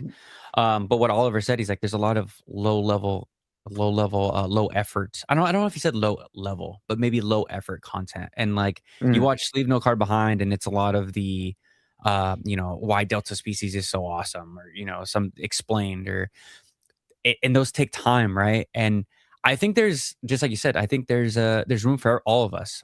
I think there's like Earn's mind is amazing, right? Like the plays, how he thinks about cards, and like his long-term stuff. But what were you saying? And he wouldn't like him being in the car, I feel like is like when you're in the shower and you're just, for some reason, your brain is thinking of all the good ideas, and you're like, oh, hey, you're like, tell your phone to text yourself so you don't forget it. So like, I feel like that's Earn in the car, right? Like it just flows, and that's his lane. And then, and I just love it now when anyone else makes a video in the car, they're like, how dare you disrespect Earn like that? Are you subscribed to my boy, Heart Attack EX? No, Heart Attack EX. I'll do it right now, though. You want some good unfiltered car videos? Absolutely. Yeah, Heart Attack EX, one of the good homies. He has a Goldango, PFP. Heart Attack EX. Hard attack. Forget how you. Let me. Yeah, how do you spell it? Heart. HARTATT. Let me see. Oh my gosh, I don't know if he spells it his last name. Let's see, Heart. Yeah. So it's HARTATTAQEX. Yeah. I just subscribed. Sick. Yeah, that's my dog. Nice. Oh, I see. He was on your channel the other day. Yeah, that's my boy. Yeah, I watched that live. I watched that live. Nice. Car video, uncensored, unfiltered. Yeah, nice. Bros insane. But anyways, So we have there's so many new content creators that are coming in, and I love it. I love hitting the little new for you tab on YouTube and Yeah. getting like, but I do think it is the junk wax era of YouTube. I was talking to a few of the friends, and there's a lot of people that I think have good ideas, but the way they get them out is kind of rough. So I think they're I'm not. Let me say this the nicest way. A lot of people are probably getting burnt out on YouTube because a lot of the views are going to like people that are maybe don't have much to say, or they don't know how to articulate a video well. So there's Yeah. all so the views are down, and it's very saturated. But as always, you know, the cream's gonna rise to the top, right? Yeah. There's gonna be Yeah. like the top guys, and I mean when I found your channel and I heard like how long you've been in here, I was like, oh, instant subscribe, right? Like this guy has seniority. He's been in here. Like I hear you talk about Pokemon. It's like you can talk about Pokemon. I mean, you're like me, bro. I can literally grab a card in arm's reach and I can make an hour-long video. Yep. You're the same 100%. way. You can grab Yep. that freaking that celebrations box behind you.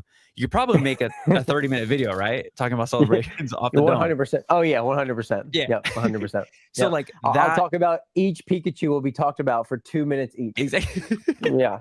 Yep. So like when I see those type of content creators, I'm like, all right, he's gonna make it. He's gonna make it. Yeah. But when I see these new people and they're just like struggling and talking about the cards and struggling to talk, I'm like, oh, you're not gonna. It's gonna be a tough road for you. So like I said, Yeah. there's a whole lot of that. There's a whole lot of people that just turn on the camera with no real ideas or topics, and I'm all for more creativity. I think. So I had my friend Hectic TCG. He started making content, and he started doing like more of like the investing stuff. I told him, I was like, yo, dude, like, while the whole YouTube world is running one way, like, go run the Yeah, opposite. I hate that. Yeah. That Yeah, when I first started my channel, I was like, and I think I put it in one or two. I'm like, I'm not going to put the word investing in any thumbnail or in any title description. And yeah, I've failed a couple times. And one was a joke. One I put like, should you invest in PokeRev packs? Like, and that yeah, was like a joke, obviously a complete joke. Which, by yeah. the way, I don't know how. Like, I enjoy. I've watched Rev since the beginning. These are freaking a blast, man. I got way too many of these. They are a lot of fun, Holy. man. They are a lot of fun. Just throwing that out there. But yeah, I know people. I know Rev is a very polarizing figure in our community. But yeah, I like him. Yeah. So no, go ahead. Oh no, Callisto. She says, or they earn is low effort but peak knowledge, and that's what. Yes. And Yep. so like I get a few messages a week asking. They're like, oh, can you review my channel? Can you look at my channel? Like, can you tell me what I'm doing? Like, oh well, Earn does car videos. Why doesn't my car video do well? I'm like, you're not Earn. The brain. Right there. Yep. It's the Right there off the brain of bat. Earn is what makes him goated. You can't try to copy anybody. It's You not can't the put yourself in a card. box. You can't put yourself in a box like that. That's what I'm like. I'm going to talk about that. And so that's the number one thing I was doing when I started my channel, and I still do. I'm going to talk about whatever I want to talk about. I'm not Yeah. going to try to copy someone else's video. I'm not going to talk about, like, I'm going to react to things that happen in the market. I'm going to talk about what I'm collecting. I'm going to chronicle my buying, selling, trading.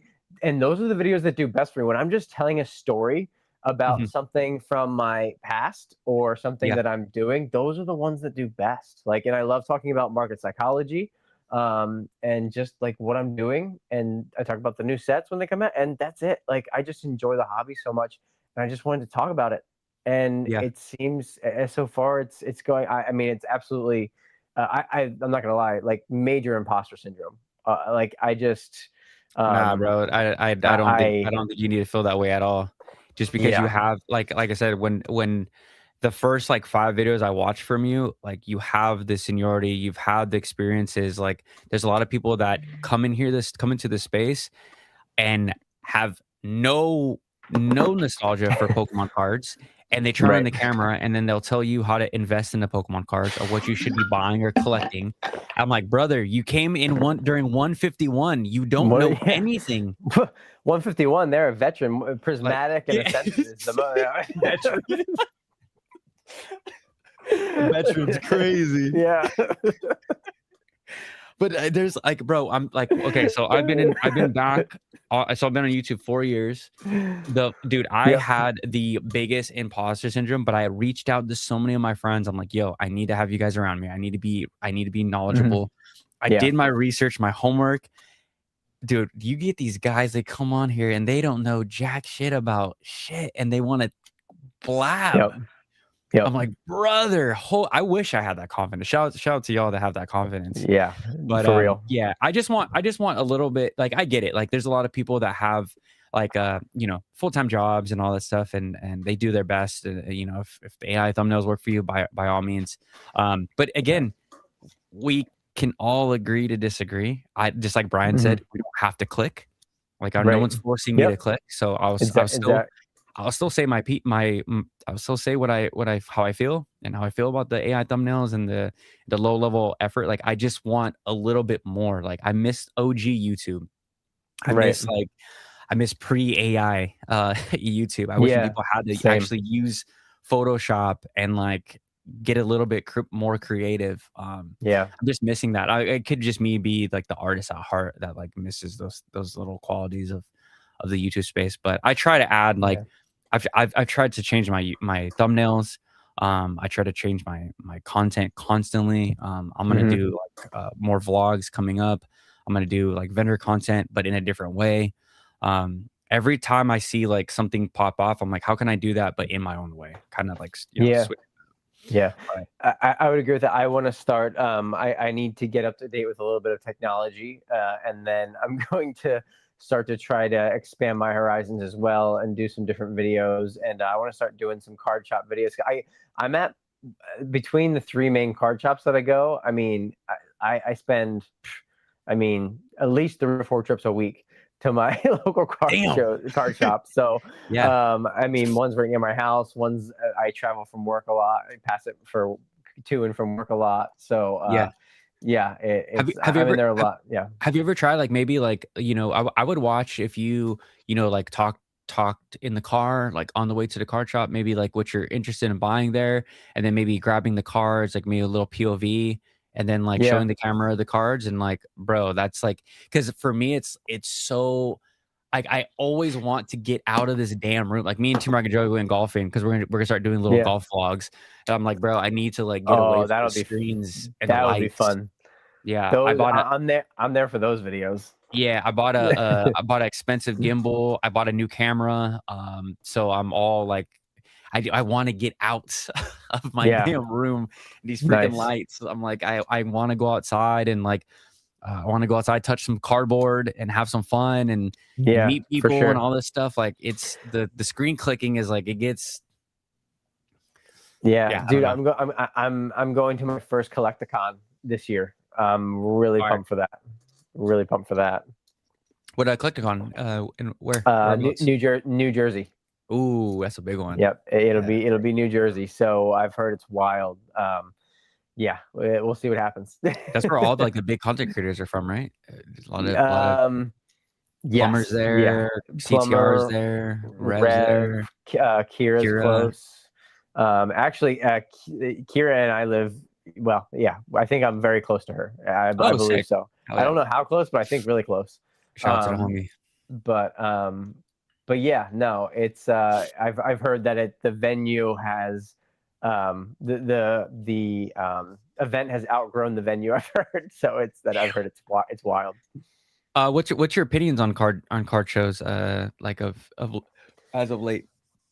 I so I live in I personally live in the country, but I'm around some very heavy populated areas, and within like 30 minutes to an hour. Mhm. And there is like 7 card shows every single weekend, and they're all sold out and they're all packed. And I wonder, like everything, like how sustainable is this? How much are people going to get? Kind of. I hope that there's not too many people relying on this as their full time job, but Yeah. maybe they just get, it's unbelievable the amount of transactions that happen at a show. I used to go almost like every other weekend to a show. I because of doing the YouTube channel and because of just personal life stuff, family stuff. I haven't the last year. I have probably only been to 2 or 3 card shows, so I don't get to go nearly as much as I want to. But I think it's a really good, healthy sign of where we're at as a hobby. And if you start seeing empty card shows, that'll probably be one of your first major downturn signals. I would think. It seems like things happen at card shows sometimes faster than they happen on eBay or TCG Player or wherever. Yeah, Um, so yeah, I think if you've never been to a card show, I mean, don't wait. It's so much fun. It's an absolute blast. Be safe if you're taking anything valuable. Like make sure you got your Zion cases, or your just don't have a backpack on your back, the zipper back. I yeah. can't believe how many people at shows I see, and they just have like it's the 90s, like a jazz sport? Is that what they're called? Like backpack. Jansport, yeah, Like, backpacks. and it's like, what are you doing? Why? No. But yeah, I think that they are awesome, and probably the core part of the hobby right now. I mean, there's more people interacting with that than probably anything for in person, right? Like there's nothing Has to be. close. Yeah, it Yeah, has to be. it's wild. Do you go to a lot of shows? I've been going to a lot of shows, but I only go if friends are going, or if I'm like gonna shoot content. Because like for me as a Japanese collector, it's rough. Like if people do have Japanese, Oh, that's it's true. like slim to none. So I'm just like, Yeah. for me, I'm like, why am I here? There's- Yeah, so that sucks. the I didn't think last that. I mean, the yeah. last English card I picked up was me and Joey went to some like ghetto little card show. And it was like me, Joey, and my homie Eric went to some ghetto little card show, and I grabbed the Phantom Forces Gengar. No, not Gengar. Phantom Forces. Oh, Yeah, no, about yeah, to it was say. no, it was it's the EX, the one where he's like it's a cheap His one. It's like the $80 one.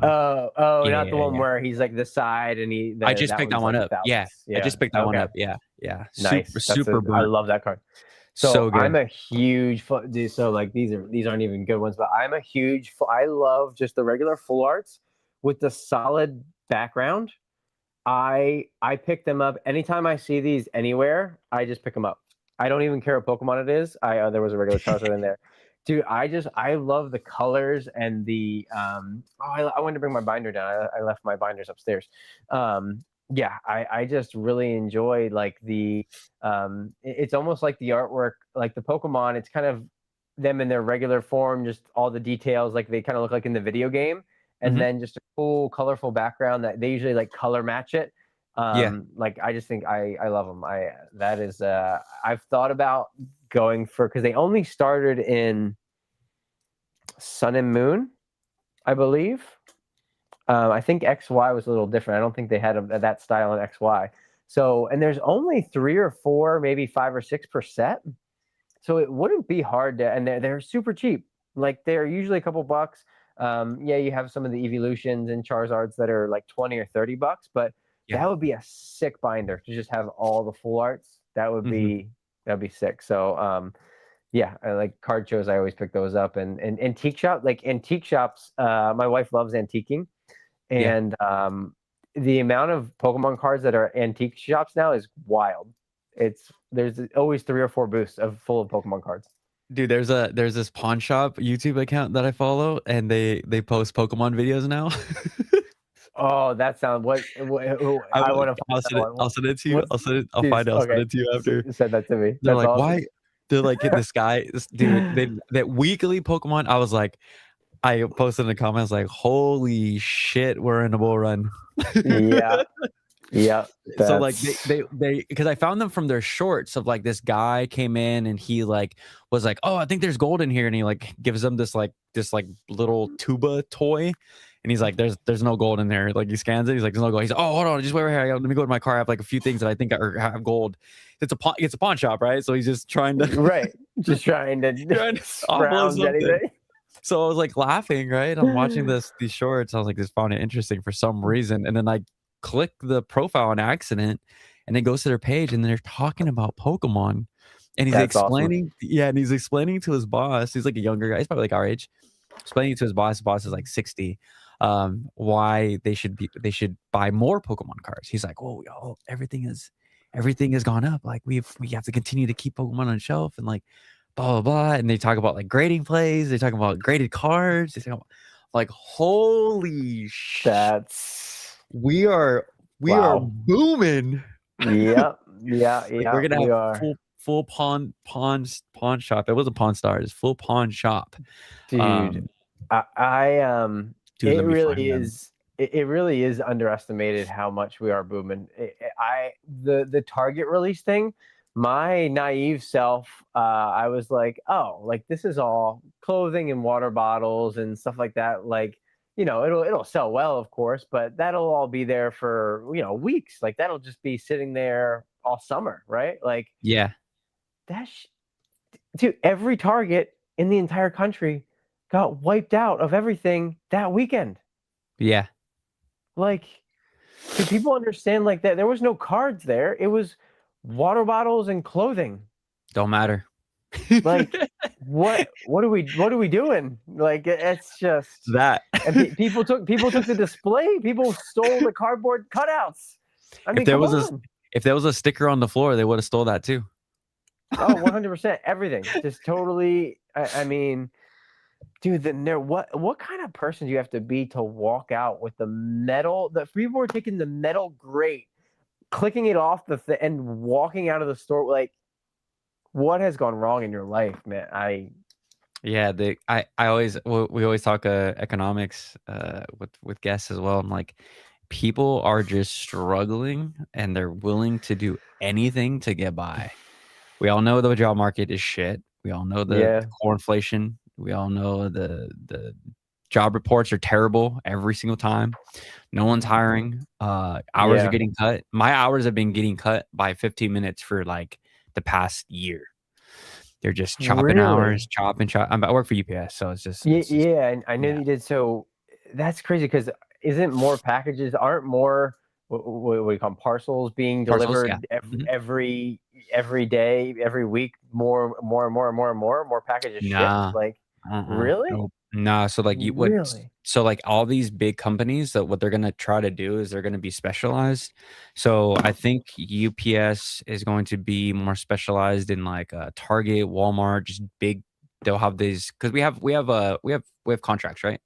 Right. So we'll probably get contracts with those bigger companies, and then we still take Amazon overflow.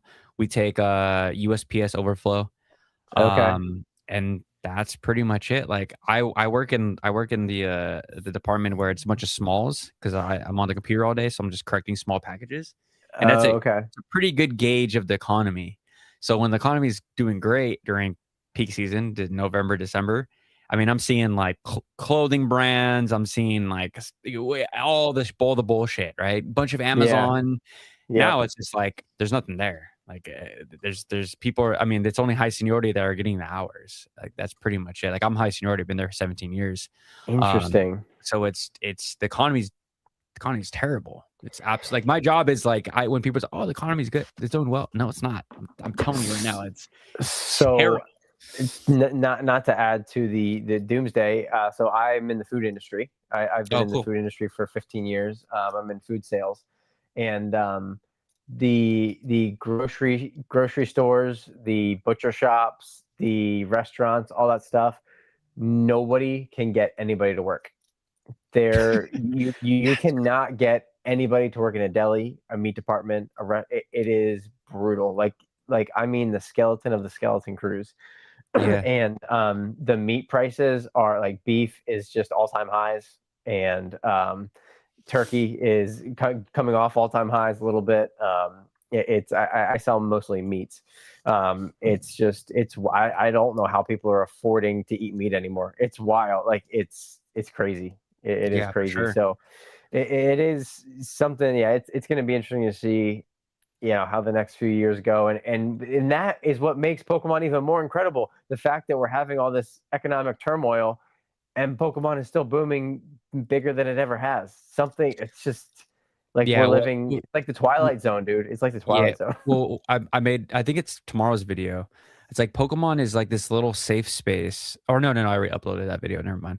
Pokemon is a little safe space for so many people where Yeah. it's like imagination land.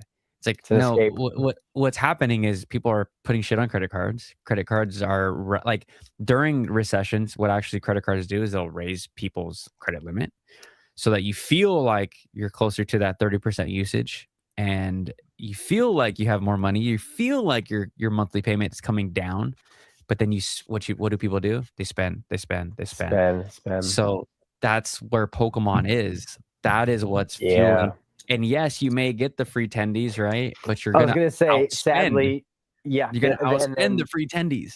they're getting rewarded in the short term Yeah, because everything keeps going up 10. But what happens when that stops? And we all know when things when cooked. the brakes hit, they can hit hard, and Yeah. yeah, But I'm team that's like, scary. That's scary. bro, I used to be team like reprints can come and they're gonna destroy us and all that stuff. I don't think reprints would even freaking matter. There's too many No. people in here. It's too cool.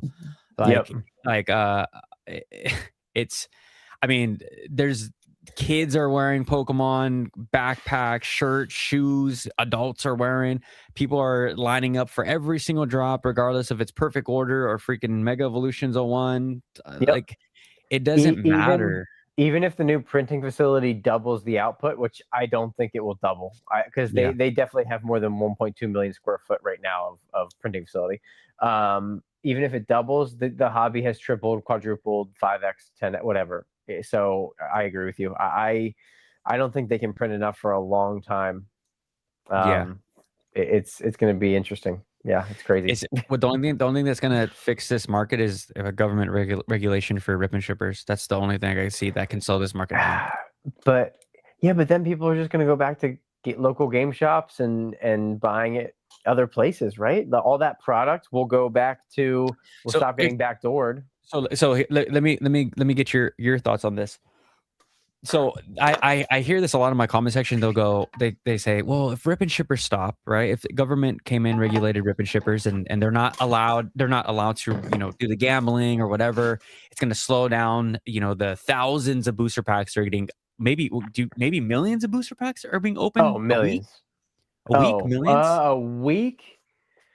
I mean, these streams are going 24/7, Hundreds of thousands for sure. Oh, hundreds of thousands. dude, I will take. It's such a waste of time, but I will take an hour sometimes, and I'll get my iPad and my iPhone and my wife's laptop, and I'll like go and pull up everything and be like, okay, how many packs are getting shredded in this hour from everybody that I can find, and like how many? Yeah, Okay, like Al Nostalgianomics is over here. He opens packs like a maniac. Like he'll just yeah, 1,000 in one night. And then you go, this Whatnot stream is just they're just but and it's like 24 yeah, hours. it's 20. right. Yeah, 24 hours, and you're right. It's thousands So a here's night. the It's question. thousands and thousands of a night for sure. So hundreds of thousands a week for sure. So Yeah. so here's the question and the comment. So the comment I get all the time is if that stopped, the product would go to the right people's hands. You would think, right? This is what the comment section is telling me, right? Do Yeah. you think that the collectors can buy up just as much supply if the rip and shippers slow down and would fulfill it would fill that gap that you would that or would it because I believe my thought is I don't think they can keep up as much as rip and shippers are ripping. Collectors, they like to open, a nice Yeah. little amount and then it just sits on the shelf. Like we've Yeah, seen it. the accessibility is a huge part of it. I man, there's just so much more. Even I just see in person the demand and the limiting. Like all my local card shops still have to limit. Like they have loose packs 5 per person per trip. And this Friday there'll be a line of a tiny little card shop. There'll be 80, 100 people in line. They all get one booster box, one ETB, one bundle. That's it. Like Yeah. if they did a limit of 2, guess how many each person will buy? 2.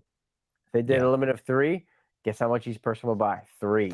Like Yeah. it's But we still the demand is still there. I do think that it would move to a different kind of collector. I do wonder what the breakdown is between just the pure degenerate gamblers that are buying into rip and ships and the true people that are just like honestly collectors, and it's the cheapest way for them to and they're well off and they just don't feel like going and waiting in line somewhere or having to fight with scalpers, and they're like, you know what? I'm just gonna buy from Nostalgianomics and buy my 30 packs, and what I get shipped to me, and that's that. I bet I don't. I would bet that there's more degenerate, poor gamblers than there is wealthy people in those streams that are buying up Yeah, huge. you might be right. And as far as the regulation goes, like there's going to be ones that do it the right way. And with the just straight rip and shipping, like the buying a pack and they open it and ship it to you, like they're as long as they're Fair game. shipping you one, it's you're all good, All right? good. It's Yep. the wheel spins and the Yep. not like sports breaking is where they're going to get crushed. So I'm a big sports card guy as well, and I've bought into breaks there, and you get nothing. Like I'll buy Mhm. into a team break, I'll buy the Capitals, and I'll get no cards, and I get nothing shipped to me. And I think that's where the problem with sports cards is and breaking, and that you can't buy it and get nothing or something for some Yeah, that's whatever. crazy. Oh yeah, it happens all the That's time. Oh, all nuts. the time. It happens all the Yeah. time. Yeah, it's Yeah. wild. No, I stopped Not to, ripping yeah. basketball cards, bro. You get cooked. I buy single. Yeah, no, I very rarely. There's like four. So I'm a big hockey guy. There's like 4 or 5 sets a year that I'll buy a box or two still, and then Mhm. other than that, I just buy singles because it's so yeah. Sports cards are they're I think they're going the high end stuff is still liquid and popular or whatever. The mid to lower tier stuff is cooked Garb with Yeah, sports. It's garbage. garbage. It's there is so much that like they might as well just get rid of base cards. Nobody wants Yeah, base cards anymore. none. Anything numbered over 99, all the stuff that's out of 299, 499, nobody cares. Nobody wants it. It's yeah, sports cards could get dark in the next Dude, 5, 10 years again. They could. it's pretty dark right now. Yeah. Here's a question. Yep. Yeah, Digital sure. mystery rip gambling regulation would kill the market. Yeah, I don't think that's big enough yet, is it? I mean, I know it's becoming it's Galaxy growing. Grails, and it is. I Yeah. know that Dan Catch 'em All Collectibles with his whole crew, they've ripped a lot, not a lot less, a tangible amount of less packs this year because of the digital rips. But man, those are that I would say 80 to 90% of the people that are interacting with the digital rips are just pure degenerate gamblers. They literally one like maybe 95%. Like Yeah. I don't that one I don't understand. At that point, I just don't get it. go to the casino. Like at least if you put your money in slot machine, you get like 92% of your money back. You're right. 89 A percent of your money slot back. Slot machine, yeah. what? Yeah, the risk. Pokeblob's in here. We were talking about it. The average ROI to putting $1 in a slot machine should be like 90 something percent. Yeah, of getting your dollar back. So you're just slowly getting drained. Oh. Yeah. Oh, okay. So you Mhm. feel good because you're getting to hit that button, Yep. and again, you're getting back 7 cents and 10. Yep. Okay, I get it. Yep. Yep. I'm not a casino guy, so yeah, that Oh, give me $1,000 at the craps table. I'll be there for Oh, okay. I've never, Yeah. yeah, I've played roulette, blackjack before. I'm a big I do like poker. I do like Oh, you're a poker, poker but guy. Yeah. my casino near me took away the poker tables. Like Ah, after the pandemic, they never went back. They damn. never opened up the poker room again. Yeah, I miss going out and playing. That was fun. Yeah, we But do a Reno golf trip every year on my birthday. We go gambling, we oh, go golf, that's and then we fun. go. But there's a lot of Pokemon guys that go too, so we That's get awesome. to go to a few of the Reno card shops out there, and Yeah. it's like a shitty Vegas, like a real shitty Vegas, but it's fun. It's Okay. always Gotcha. fun. But Gotcha. I mean, we're at 2 hours. Let me ask you one more question before we get out of here. But I'll say I'm good for another like 20, 30 minutes if you are. Cool. All right. Cool. Yeah. Yeah, we can. I got Because like maybe I had one more thing for you too. Yeah, of course. Sure, yeah. Let's yeah, I got about there. Sweet. What do you think? What do you think is going to be the straw that breaks the camel's back as far as this market? We kind of touched up on that a little bit, but I want to hear your predictions. Yeah, so it's not going to be a bad set because that just doesn't seem to exist anymore. And Pokemon's not going to intentionally make a bad set. If they did, that was what they probably tried to do with Perfect Order, and it failed miserably. So it's not going to be a bad set. It's not going to be. I don't think it's going to be anything natural. Just like well, maybe Could it just be a natural way? Like, you know what? Like, it's just kind of ran its course, and things start to calm down after the 30th anniversary a little bit, and the Mega Evolution era goes on, and it's like, okay, but then we're gonna get Mega Mewtwo and Mega Blastoise and and dude, I just don't know. I don't think that Pokemon themselves can do anything right now to slow things down. I honestly think it's gonna have to be an outside factor. I think the I just exact same thing. Oh, I think really? I I'm right just there don't. with you. And I think, and this is where people will call me like, you think the market's going to crash your bear, whatever, blah, blah, blah, blah. Like, no, I think there could be stagnation and 5 to 10% dip like we had in the fall last year. Like Mhm. November, December, things dipped a little bit and it was just kind of flat. And then we started going up again. Like, that's going to always happen. And people like the idiots will always just come out and, whatever. Yeah, But yeah, because things go up forever for sure. Like, you look at yeah. a Oh chart, yeah. No. No. they go, Yeah. but Just there is look at the dips. chart. Like, yeah, it But there, started. It started here yeah, and it's up here now. It's up forever. yeah, Um, but yeah, I think that, and even like I think Ascended Heroes, even next year this time, if they give us an ETB reprint, like they did a Prismatic, and it's like 750,000 to 1 million units. Yeah, Prismatic could drop from 275 in ETB back down to 175 or 200. Who cares? And then it goes back. It doesn't really matter. yeah, It's still risky. I'm still not buying ETBs at 185, 190 now. Like I like them at 130, 140. I'm not buying any more on the way up. But yeah, I really do. I think it has to be. It's too popular. There's the anime is still popular. The games are still like I said, we talked about it earlier. They put out kind of back-to-back crap games, and people love them, and they play the crap out of them. yeah, And man, I think it would have to be an outside factor. I yeah. really do. There's a comment that said Pokemon is its own economy at this point. How many people are living off of Yeah, stuff?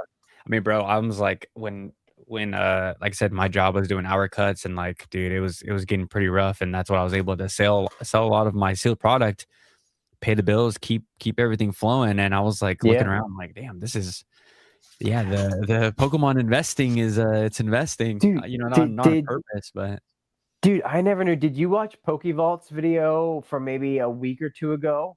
I don't even, no, I haven't Dude, watched dude Pokeball in he years. he he just he is my go-to. He's the only like pack opening channel I watch anymore. Mhm. He's the only one just because I just really like him. Um, he was about to his house was foreclosing. Like he was about to lose his house. I think he may have lost his job or something. And I did watch that video. dude, I did watch that video. Pokemon literally saved his family. Like he like sold most of his collection to pay for to save his house. I'm like, that is such an incredible story, like of what Pokemon can do for somebody. Like Yeah, that's just amazing. I love that. yeah, I think Sean's. I know that he gets lumped in with some other people and stuff and like whatever, but I think I think he's a genuine guy. And I enjoy watching his openings. But yeah, it's crazy what this hobby can do for you financially without you even trying. Like for sure. and like like Ern says it, collectors get paid, and it's just don't listen to what everybody's telling you to buy. Just do your own thing, pave your own path, and you'll do just fine. And time in the hobby is what matters. And don't I said this in my video the other day. Like if you really love this stuff, stay in tune with the market. Don't jump in and out. Like don't go away for 4 months and come back for 4 months and go away for 4 months. Like at least stay in one Discord. Stay at least buy one thing of every at least one product of every new set. Just keep buying it, even if you're just stashing it or ripping it or whatever. If you truly love Pokemon, stay involved, because in the long run you're gonna do way better than if you're trying to jump in and out. For sure. Yeah, I 100% Yeah, agree. yeah. Um, uh, there's a question from Kevin, or a statement. The thing to me about selling a collection and starting over is nobody can take away what you've learned. Absolutely. Yeah. Yes, Yeah. sir. Oh, yeah, for sure. Absolutely. Yeah, sometimes you have to learn the tough lessons too, and you have to learn how to sell. Like that's really really important. Like That's try the hardest one I eBay. had to learn, bro. Yeah, dude, That's hard. I've done it all. It's see, I think now I think selling is the easiest thing ever. Like if you build the relationships, I mean, like there's so many vendors that I'm friends with, card shop owners. You Yeah. have you have Probe Yep. Scene and DC Sports and Z&G, like that you can just consign stuff with and not do anything. You have the CGC Fanatics thing, like there's different ways to sell different products, and it's never been easier than even for a beginner. Like Yeah. yeah, you got to do some research and learn what's the best way to sell what product, what because graded stuff transacts a lot different than singles, and singles transact a lot different than sealed. And you have to learn all those little niches. But once you do, yeah, it's fun. I love the buying and selling part of it. It's so much fun to me. Yeah, that's why like I always preach, buy three if you can, one to rip, one to hold, and one to sell, or Yep, two to sell, or absolutely. whatever. Yeah, like that was Yep, one of the shout out to Joe Jake. He gave me that early advice. He's like, dude, you need to make sure that you're at yep, card shows, shaking hands, talking to people, tell them that you do YouTube, like yep. just in case you ever need to liquidate something. I mean, I tell people all the time, I'm like, in the general chat on my Discord, I'm like, dude, take full advantage of being in here every single day, show face, like be courteous to others, be good humans. Yep. And you never know who you can meet that's gonna, help you fulfill your collection or potentially bail you out, So Yeah. there's Yep. a lot of good No. people in this space, dude. Like that Yeah. is as bearish as I probably sound on YouTube. People think that I hate Pokemon. I hate English Pokemon cards, but it's the people that have like the relationships and friendships that I have, like that Yep. bring me back every single day and then just like keep me in it. One Like I've hundred met percent. so many awesome people, and like that's why I do these. I think I told you I have a live guest every day until the end of June. That's awesome. um, so I love talking. I just love talking to new people, and like I said, like you never know who's going to be able to collab with or help you out in case you get into a sticky situation with Yeah. your collection. So Exactly. it's Yep. fun, dude. The hobby the hobby is the best part about the bull run, or the community is the best part about this bull run. It's like Yeah. I wake up every Yep. day and there's so many like little side conversations. There's people in the voice chat, just having a side conversation. You pop That's in. awesome. It's like it's awesome. I've Yeah. never so you get those you can just pop. So I've been in Discord for years, but and I've always seen that in different Discords. When anybody's in one of the, you can just pop in and it's just people talking. Is that all? So ours is That's what it is. ours is in my the members only Discord, or members Right. only channel. Like dude, my members is $5 a month, and like I get like $1.70. Like I can't even buy a freaking Coke for Right. Yeah. so it's like it's such a small fee, and like there's Yeah. constantly people in that thing in that yeah, you can just pop in literally Nice. whenever. That's cool. That's really cool. I like We do that. Friday morning calls. So like our Friday morning we'll try to stay on topic and talk about two things. And then Right. Saturday is kind of like a open chat where Okay. we'll get That's everyone in there, cool. and we'll show off Is cards. It's so fun. is Earn in your Discord? No, he has his own. Okay, He's good. yeah. I'm in then. I'm in. Yeah, I'm Okay. in Earns. Yeah. I'm in Earns. Yeah, because I mean, I'm guessing, like, I mean, it's so everyone can attest to that. If you're in this chat, if you're in my Discord, you know how different it is. It is not like that is the first thing people say within the first couple of weeks. Like this ain't That's like awesome. any other Discord, just because That's awesome. it's a lot of collectors, but Yeah, it's fun. that's sweet. That is It sweet. is super fun. Yeah. What was the question that you had for me? Yeah. So the last one that I had for you, Of course. I just thought of this today. Cool. What do you think is going to happen as we progress through into the second and third era with English silver borders? What do you think about the more modern yellow bordered English cards? I know you're not an English guy, but Ooh, I was looking at some today and I'm like, we talking these, plays? these are, no, I was thinking how ugly they looked because of the I yellow border. I'm like, these would look so much better in a silver border. I'm like, Yeah. man, these aren't gonna. I was thinking the opposite. If they're not gonna age well, because new people coming into the hobby are going to be like, oh, what's this yet, like this yellow stuff on like an alt art type looking card, like a Yeah. special illustration looking card. It's like as much as I absolutely love Crown Zenith, the first half of the Galarian Gallery, that's the yellow borders, like Nasty man, work. if they were silver, yeah. So I don't know. I just had that thought today. Sounds like you're gonna come over to the dark side. Yeah, Eventually. maybe I might. Yeah, Oh man, those silver borders just hit so they do. different Oh, in they do. Japanese. One hundred Oh percent, man. I so 100%. we were making a few like speculations with the yellow borders. I think yellow borders for some of the last Pikachu cards in English are going to do very, very well.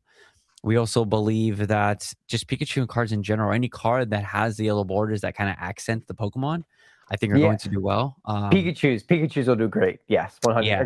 Agreed. So I think Yep. those are really safe long-term bets for like the big Pikachu cards. When I Yeah. say big, I'm talking like Crown Zenith, Secret Rares, or what are they called?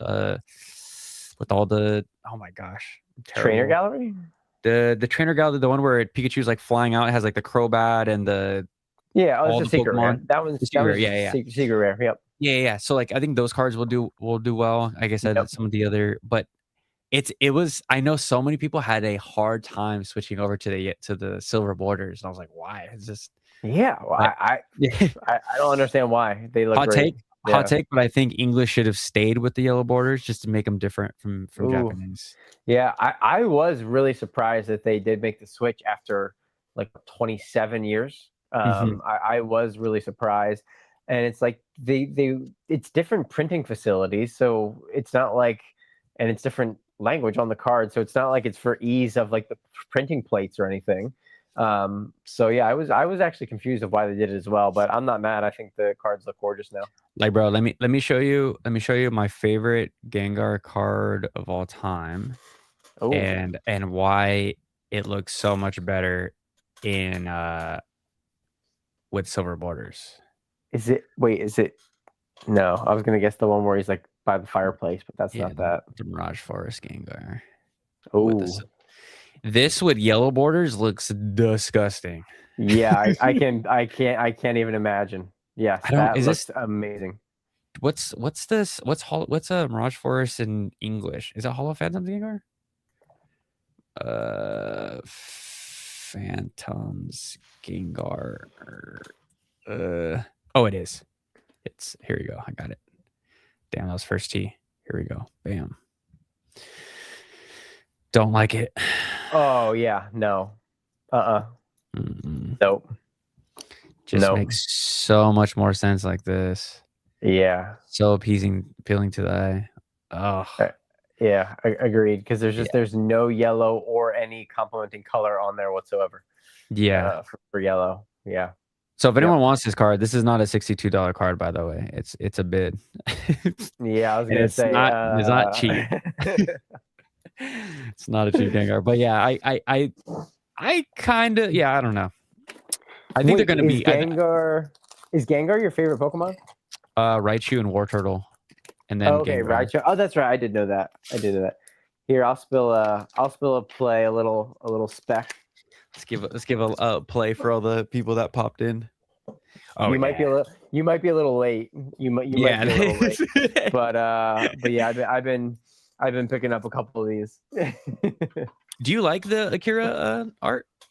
Yeah, I love it. Yeah, I absolutely love it. I love the does she use watercolors? What does she use? It's just like a I don't know what the stroke if what is her stroke pattern called? It's called something. right. It's like It's beautiful. yeah, I it's like mean, like her whole thing is motion. So she her art always has some type of crazy motion. It's like really long brush strokes. And I just love, it's obviously him in the nightmare world. Like it's so, and I also love, did you ever like Digimon at all? Oh yeah. Dude, some of those, dude, I remember as a kid, like they scared me, but the villains from Digimon, but like it was also really cool. It reminds me of like Shadow Realm. Like I was also a huge hot take. Yu-Gi-Oh is the is the greatest anime. The Oh damn! Oh wait, never mind. dude. Not same. Sorry, not greatest. I've never watched One Piece or between Pokemon and Yu-Gi-Oh, Yeah. and Digimon. Yu-Gi-Oh, I love the show so much. Saturday mornings I was locked in, bro. I No. loved watching the episode from the week before, and yeah, like season 2, like Battle City, Yu-Gi-Oh, just the best. But yeah, the Dark Rai looks like he's in the Shadow Realm. I absolutely love it. It's great. Yeah. No, it's such a freaking good card. Yeah. But all right, guys. Any last questions? Let's see. I know there was a few questions. I know from Snack Bread. I didn't forget your Snack Bread. He said, "Can you send a PSA? Can you send PSA a Beckett 9.5 in a slab and then cross grade it into a 10?" I don't know. You can send. I mean, you can send anything you want, but they don't have to. Like, you can say you want it crossed no matter what grade. You can put in a minimum. Like, I only want it crossed if it's a 10, and if not, send it back. They still charge you the grading fee and shipping and all that stuff. But yeah, you can send in anything you want, but make sure you're very clear. And they have check boxes like for minimum, like that you would want to cross it. So yeah, but you can do it. Yeah, but you can. But the cross grade, I don't know if they're cross graded to a 10 though. I am 0 for it's not a guarantee. It's a risk.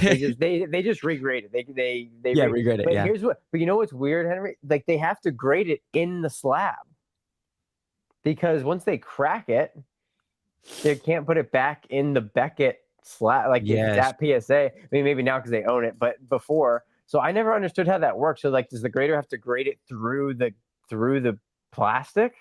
Like, that's I never understood that. But full disclosure, I did years ago.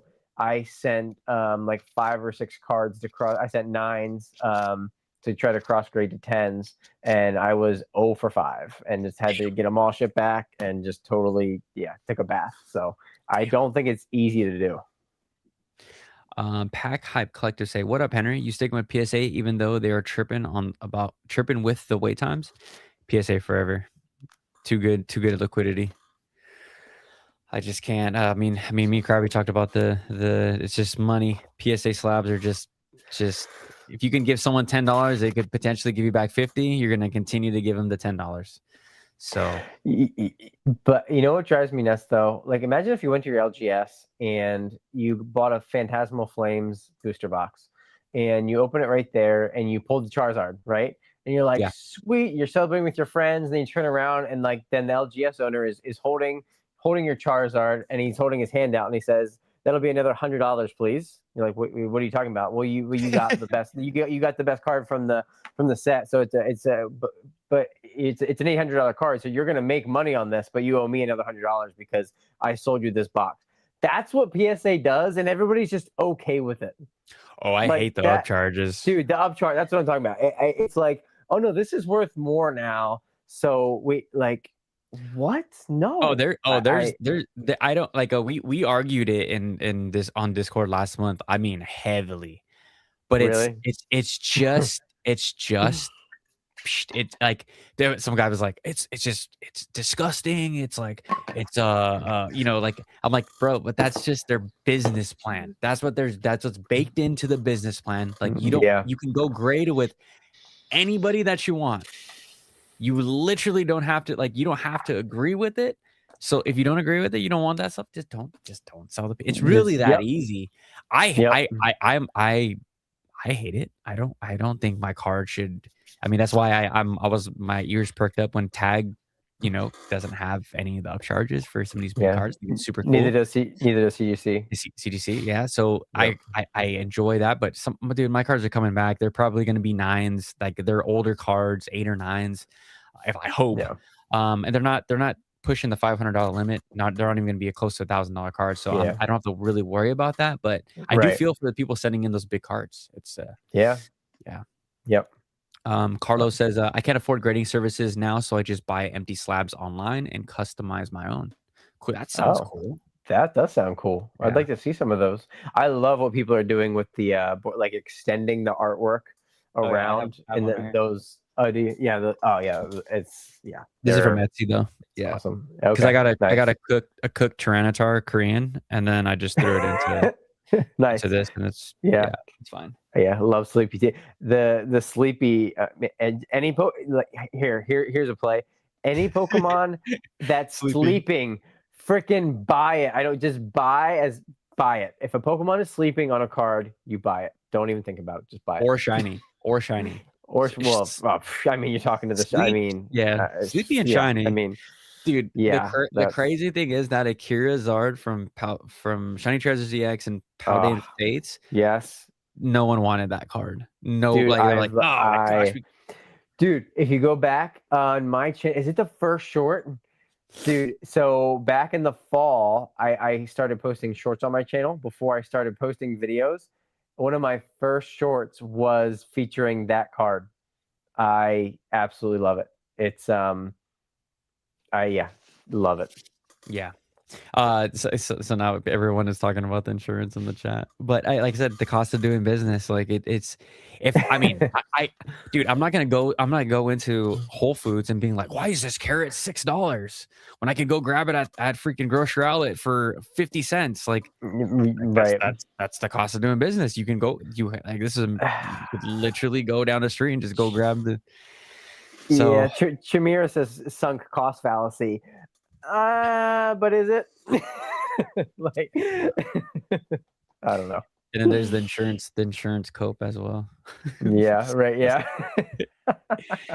Oh man, but there was a dude, one of the funniest. It was on my last vlog. I mean, me and my podcast co-host Eric went to a Sacramento card show, and there was this couple, and they had a freaking crap ton of CGC slabs, and like for some reason they heard us like talking about one CGC slab in like a high ticket level slab area. I mean, talking like gold stars, punches on stuff, and then Eric goes like, "Oh yeah, something about CGC," and this couple is like, "Don't do it." Don't do it. Don't grade with CGC. Nobody here wants to take CGC slabs in. He's like, we got all these slabs. Dude, they show us this giant freaking case. Was it bigger? Was it bigger than mine? It was like the size of yours. It was no. so funny. It was like they were like war PTSD. It's like, oh my god, we walked around like 8 times. There's nobody here wants CGC slabs because collectors want like. Man, I wonder what percentage. I mean, I would love to. It's impossible to ever know the percentages, but I would just love to know what percentage of people grading with CGC are truly just people like me that are grading for their PC. Like it's cards that I pulled and I wanted. Here we go. Okay, they're not. They're. Someone said, dude, I think I ran to the same CGC couple at the recent SJ show. Yeah. Oh no, they're traveling the whole country with their case. Please, somebody take this. Bro, they couldn't trade any of them. Dude, hey, well, real quick. Okay, real wait. quick. Were they crappy cards? I didn't see them. Oh, okay. Yeah. But dude, so I'm guessing I'm putting 2 and 2 together. A lot of I've watched shorts and I've watched long form videos of people saying like, oh, where'd you get these slabs? And like, oh, from Whatnot. Oh, where'd you get these PSA slabs? Oh, I won them from a mystery pool or online Bro, we are about to hit the junk wax era of slabs. I've been saying that for months. Yeah. And I think it's gonna take a few years. I think it will. It will. 2 to 3 years is my guess. I just want to see how much of the market share CGC gets if PSA does actually shut down bulk and most of the tiers for the rest of the year. Mm-hmm. CGC is already at 650,000 cards a month. They'll skyrocket well over 1 million if they can handle it. I hope that CGC is just hiring like a maniac right now and training people because they will definitely get. I mean, people still want to grade and try to flip. Like, I mean, hate them or love them, they do still add value. Like, it's not as much as PSA, but they still add value. So, and the pristines, most pristines go for more and sometimes significantly more than a PSA 10. So, and it's not nearly as hard to hit as a black. In fact, I just got some grades in right before we went live. I got an email with a couple hundred, and I hit a couple of pristines. So I'm pumped. Nice. But yeah, it'll be really the rest of this year is going to be so interesting with grading and with the 30th anniversary coming out. Really feels like deja vu from 2021 all over again. It's following the exact same pattern. But yeah, we'll see what happens. It's interesting. It's gonna be fun, dude, for us content creators. We're Yeah. about Oh to my eat. dude. And then We're about to eat. after the 30th, it's gonna go. Whoa. I don't. I No, don't. it won't. That's a topic. Me and a strawberry Pokemon. We're gonna debate because Oh, we're on that. We're that's actually. awesome. We're not even gonna debate. We agree. We agree Oh. that that's like it's not gonna happen. I We don't don't. think there's a floor. There's a floor. There's a new Yeah. floor. Yeah. I don't. Dude.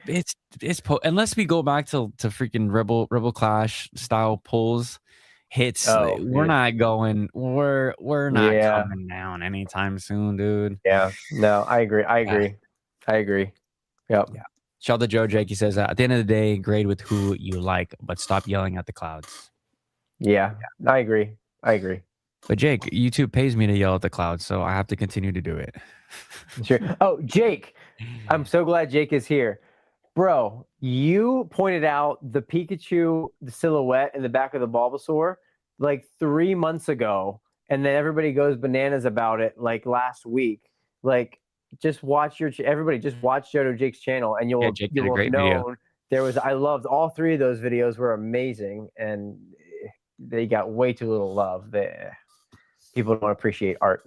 People don't, dude. People only want to talk about Ascended Heroes. The YouTube algorithm wants to hear Ascended Heroes and money. But do you know what? And I went money. 2 weeks ago. 2 weeks ago on Sunday night, I was like, you know what? I'm not putting Ascended Heroes in any video title or thumbnail this week for the whole week of videos. I had my best week on YouTube ever. Really? Because it forced me to think outside the box, talk about different parts of the hobby, different parts of collecting, investing, whatever. So, and then that Monday, I made an Ascended Heroes video and it got like 6K views. It was like but yeah, like it's wild, but you don't have to talk about what everybody else is talking about. You really don't. You really don't. No facts. I'm in YouTube jail right now, so I'm gonna have to pump out some Ascended Heroes. I don't know what I need to do to get back into YouTube's freaking good graces, bro. It's bad, but it'll be fine. I'll be back, guys. I'll be back sooner than later. Yeah, I just AI thumbnail. You're back. You're good. Yeah, I just need more. I need more explosions behind me and explosions and arrows. I need more arrows. Maybe put some puppies. People love puppies. Throwback like so.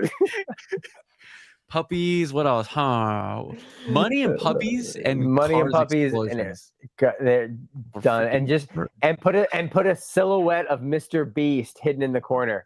Done. Million views. With Pikachu holding Pikachu. Holding AI.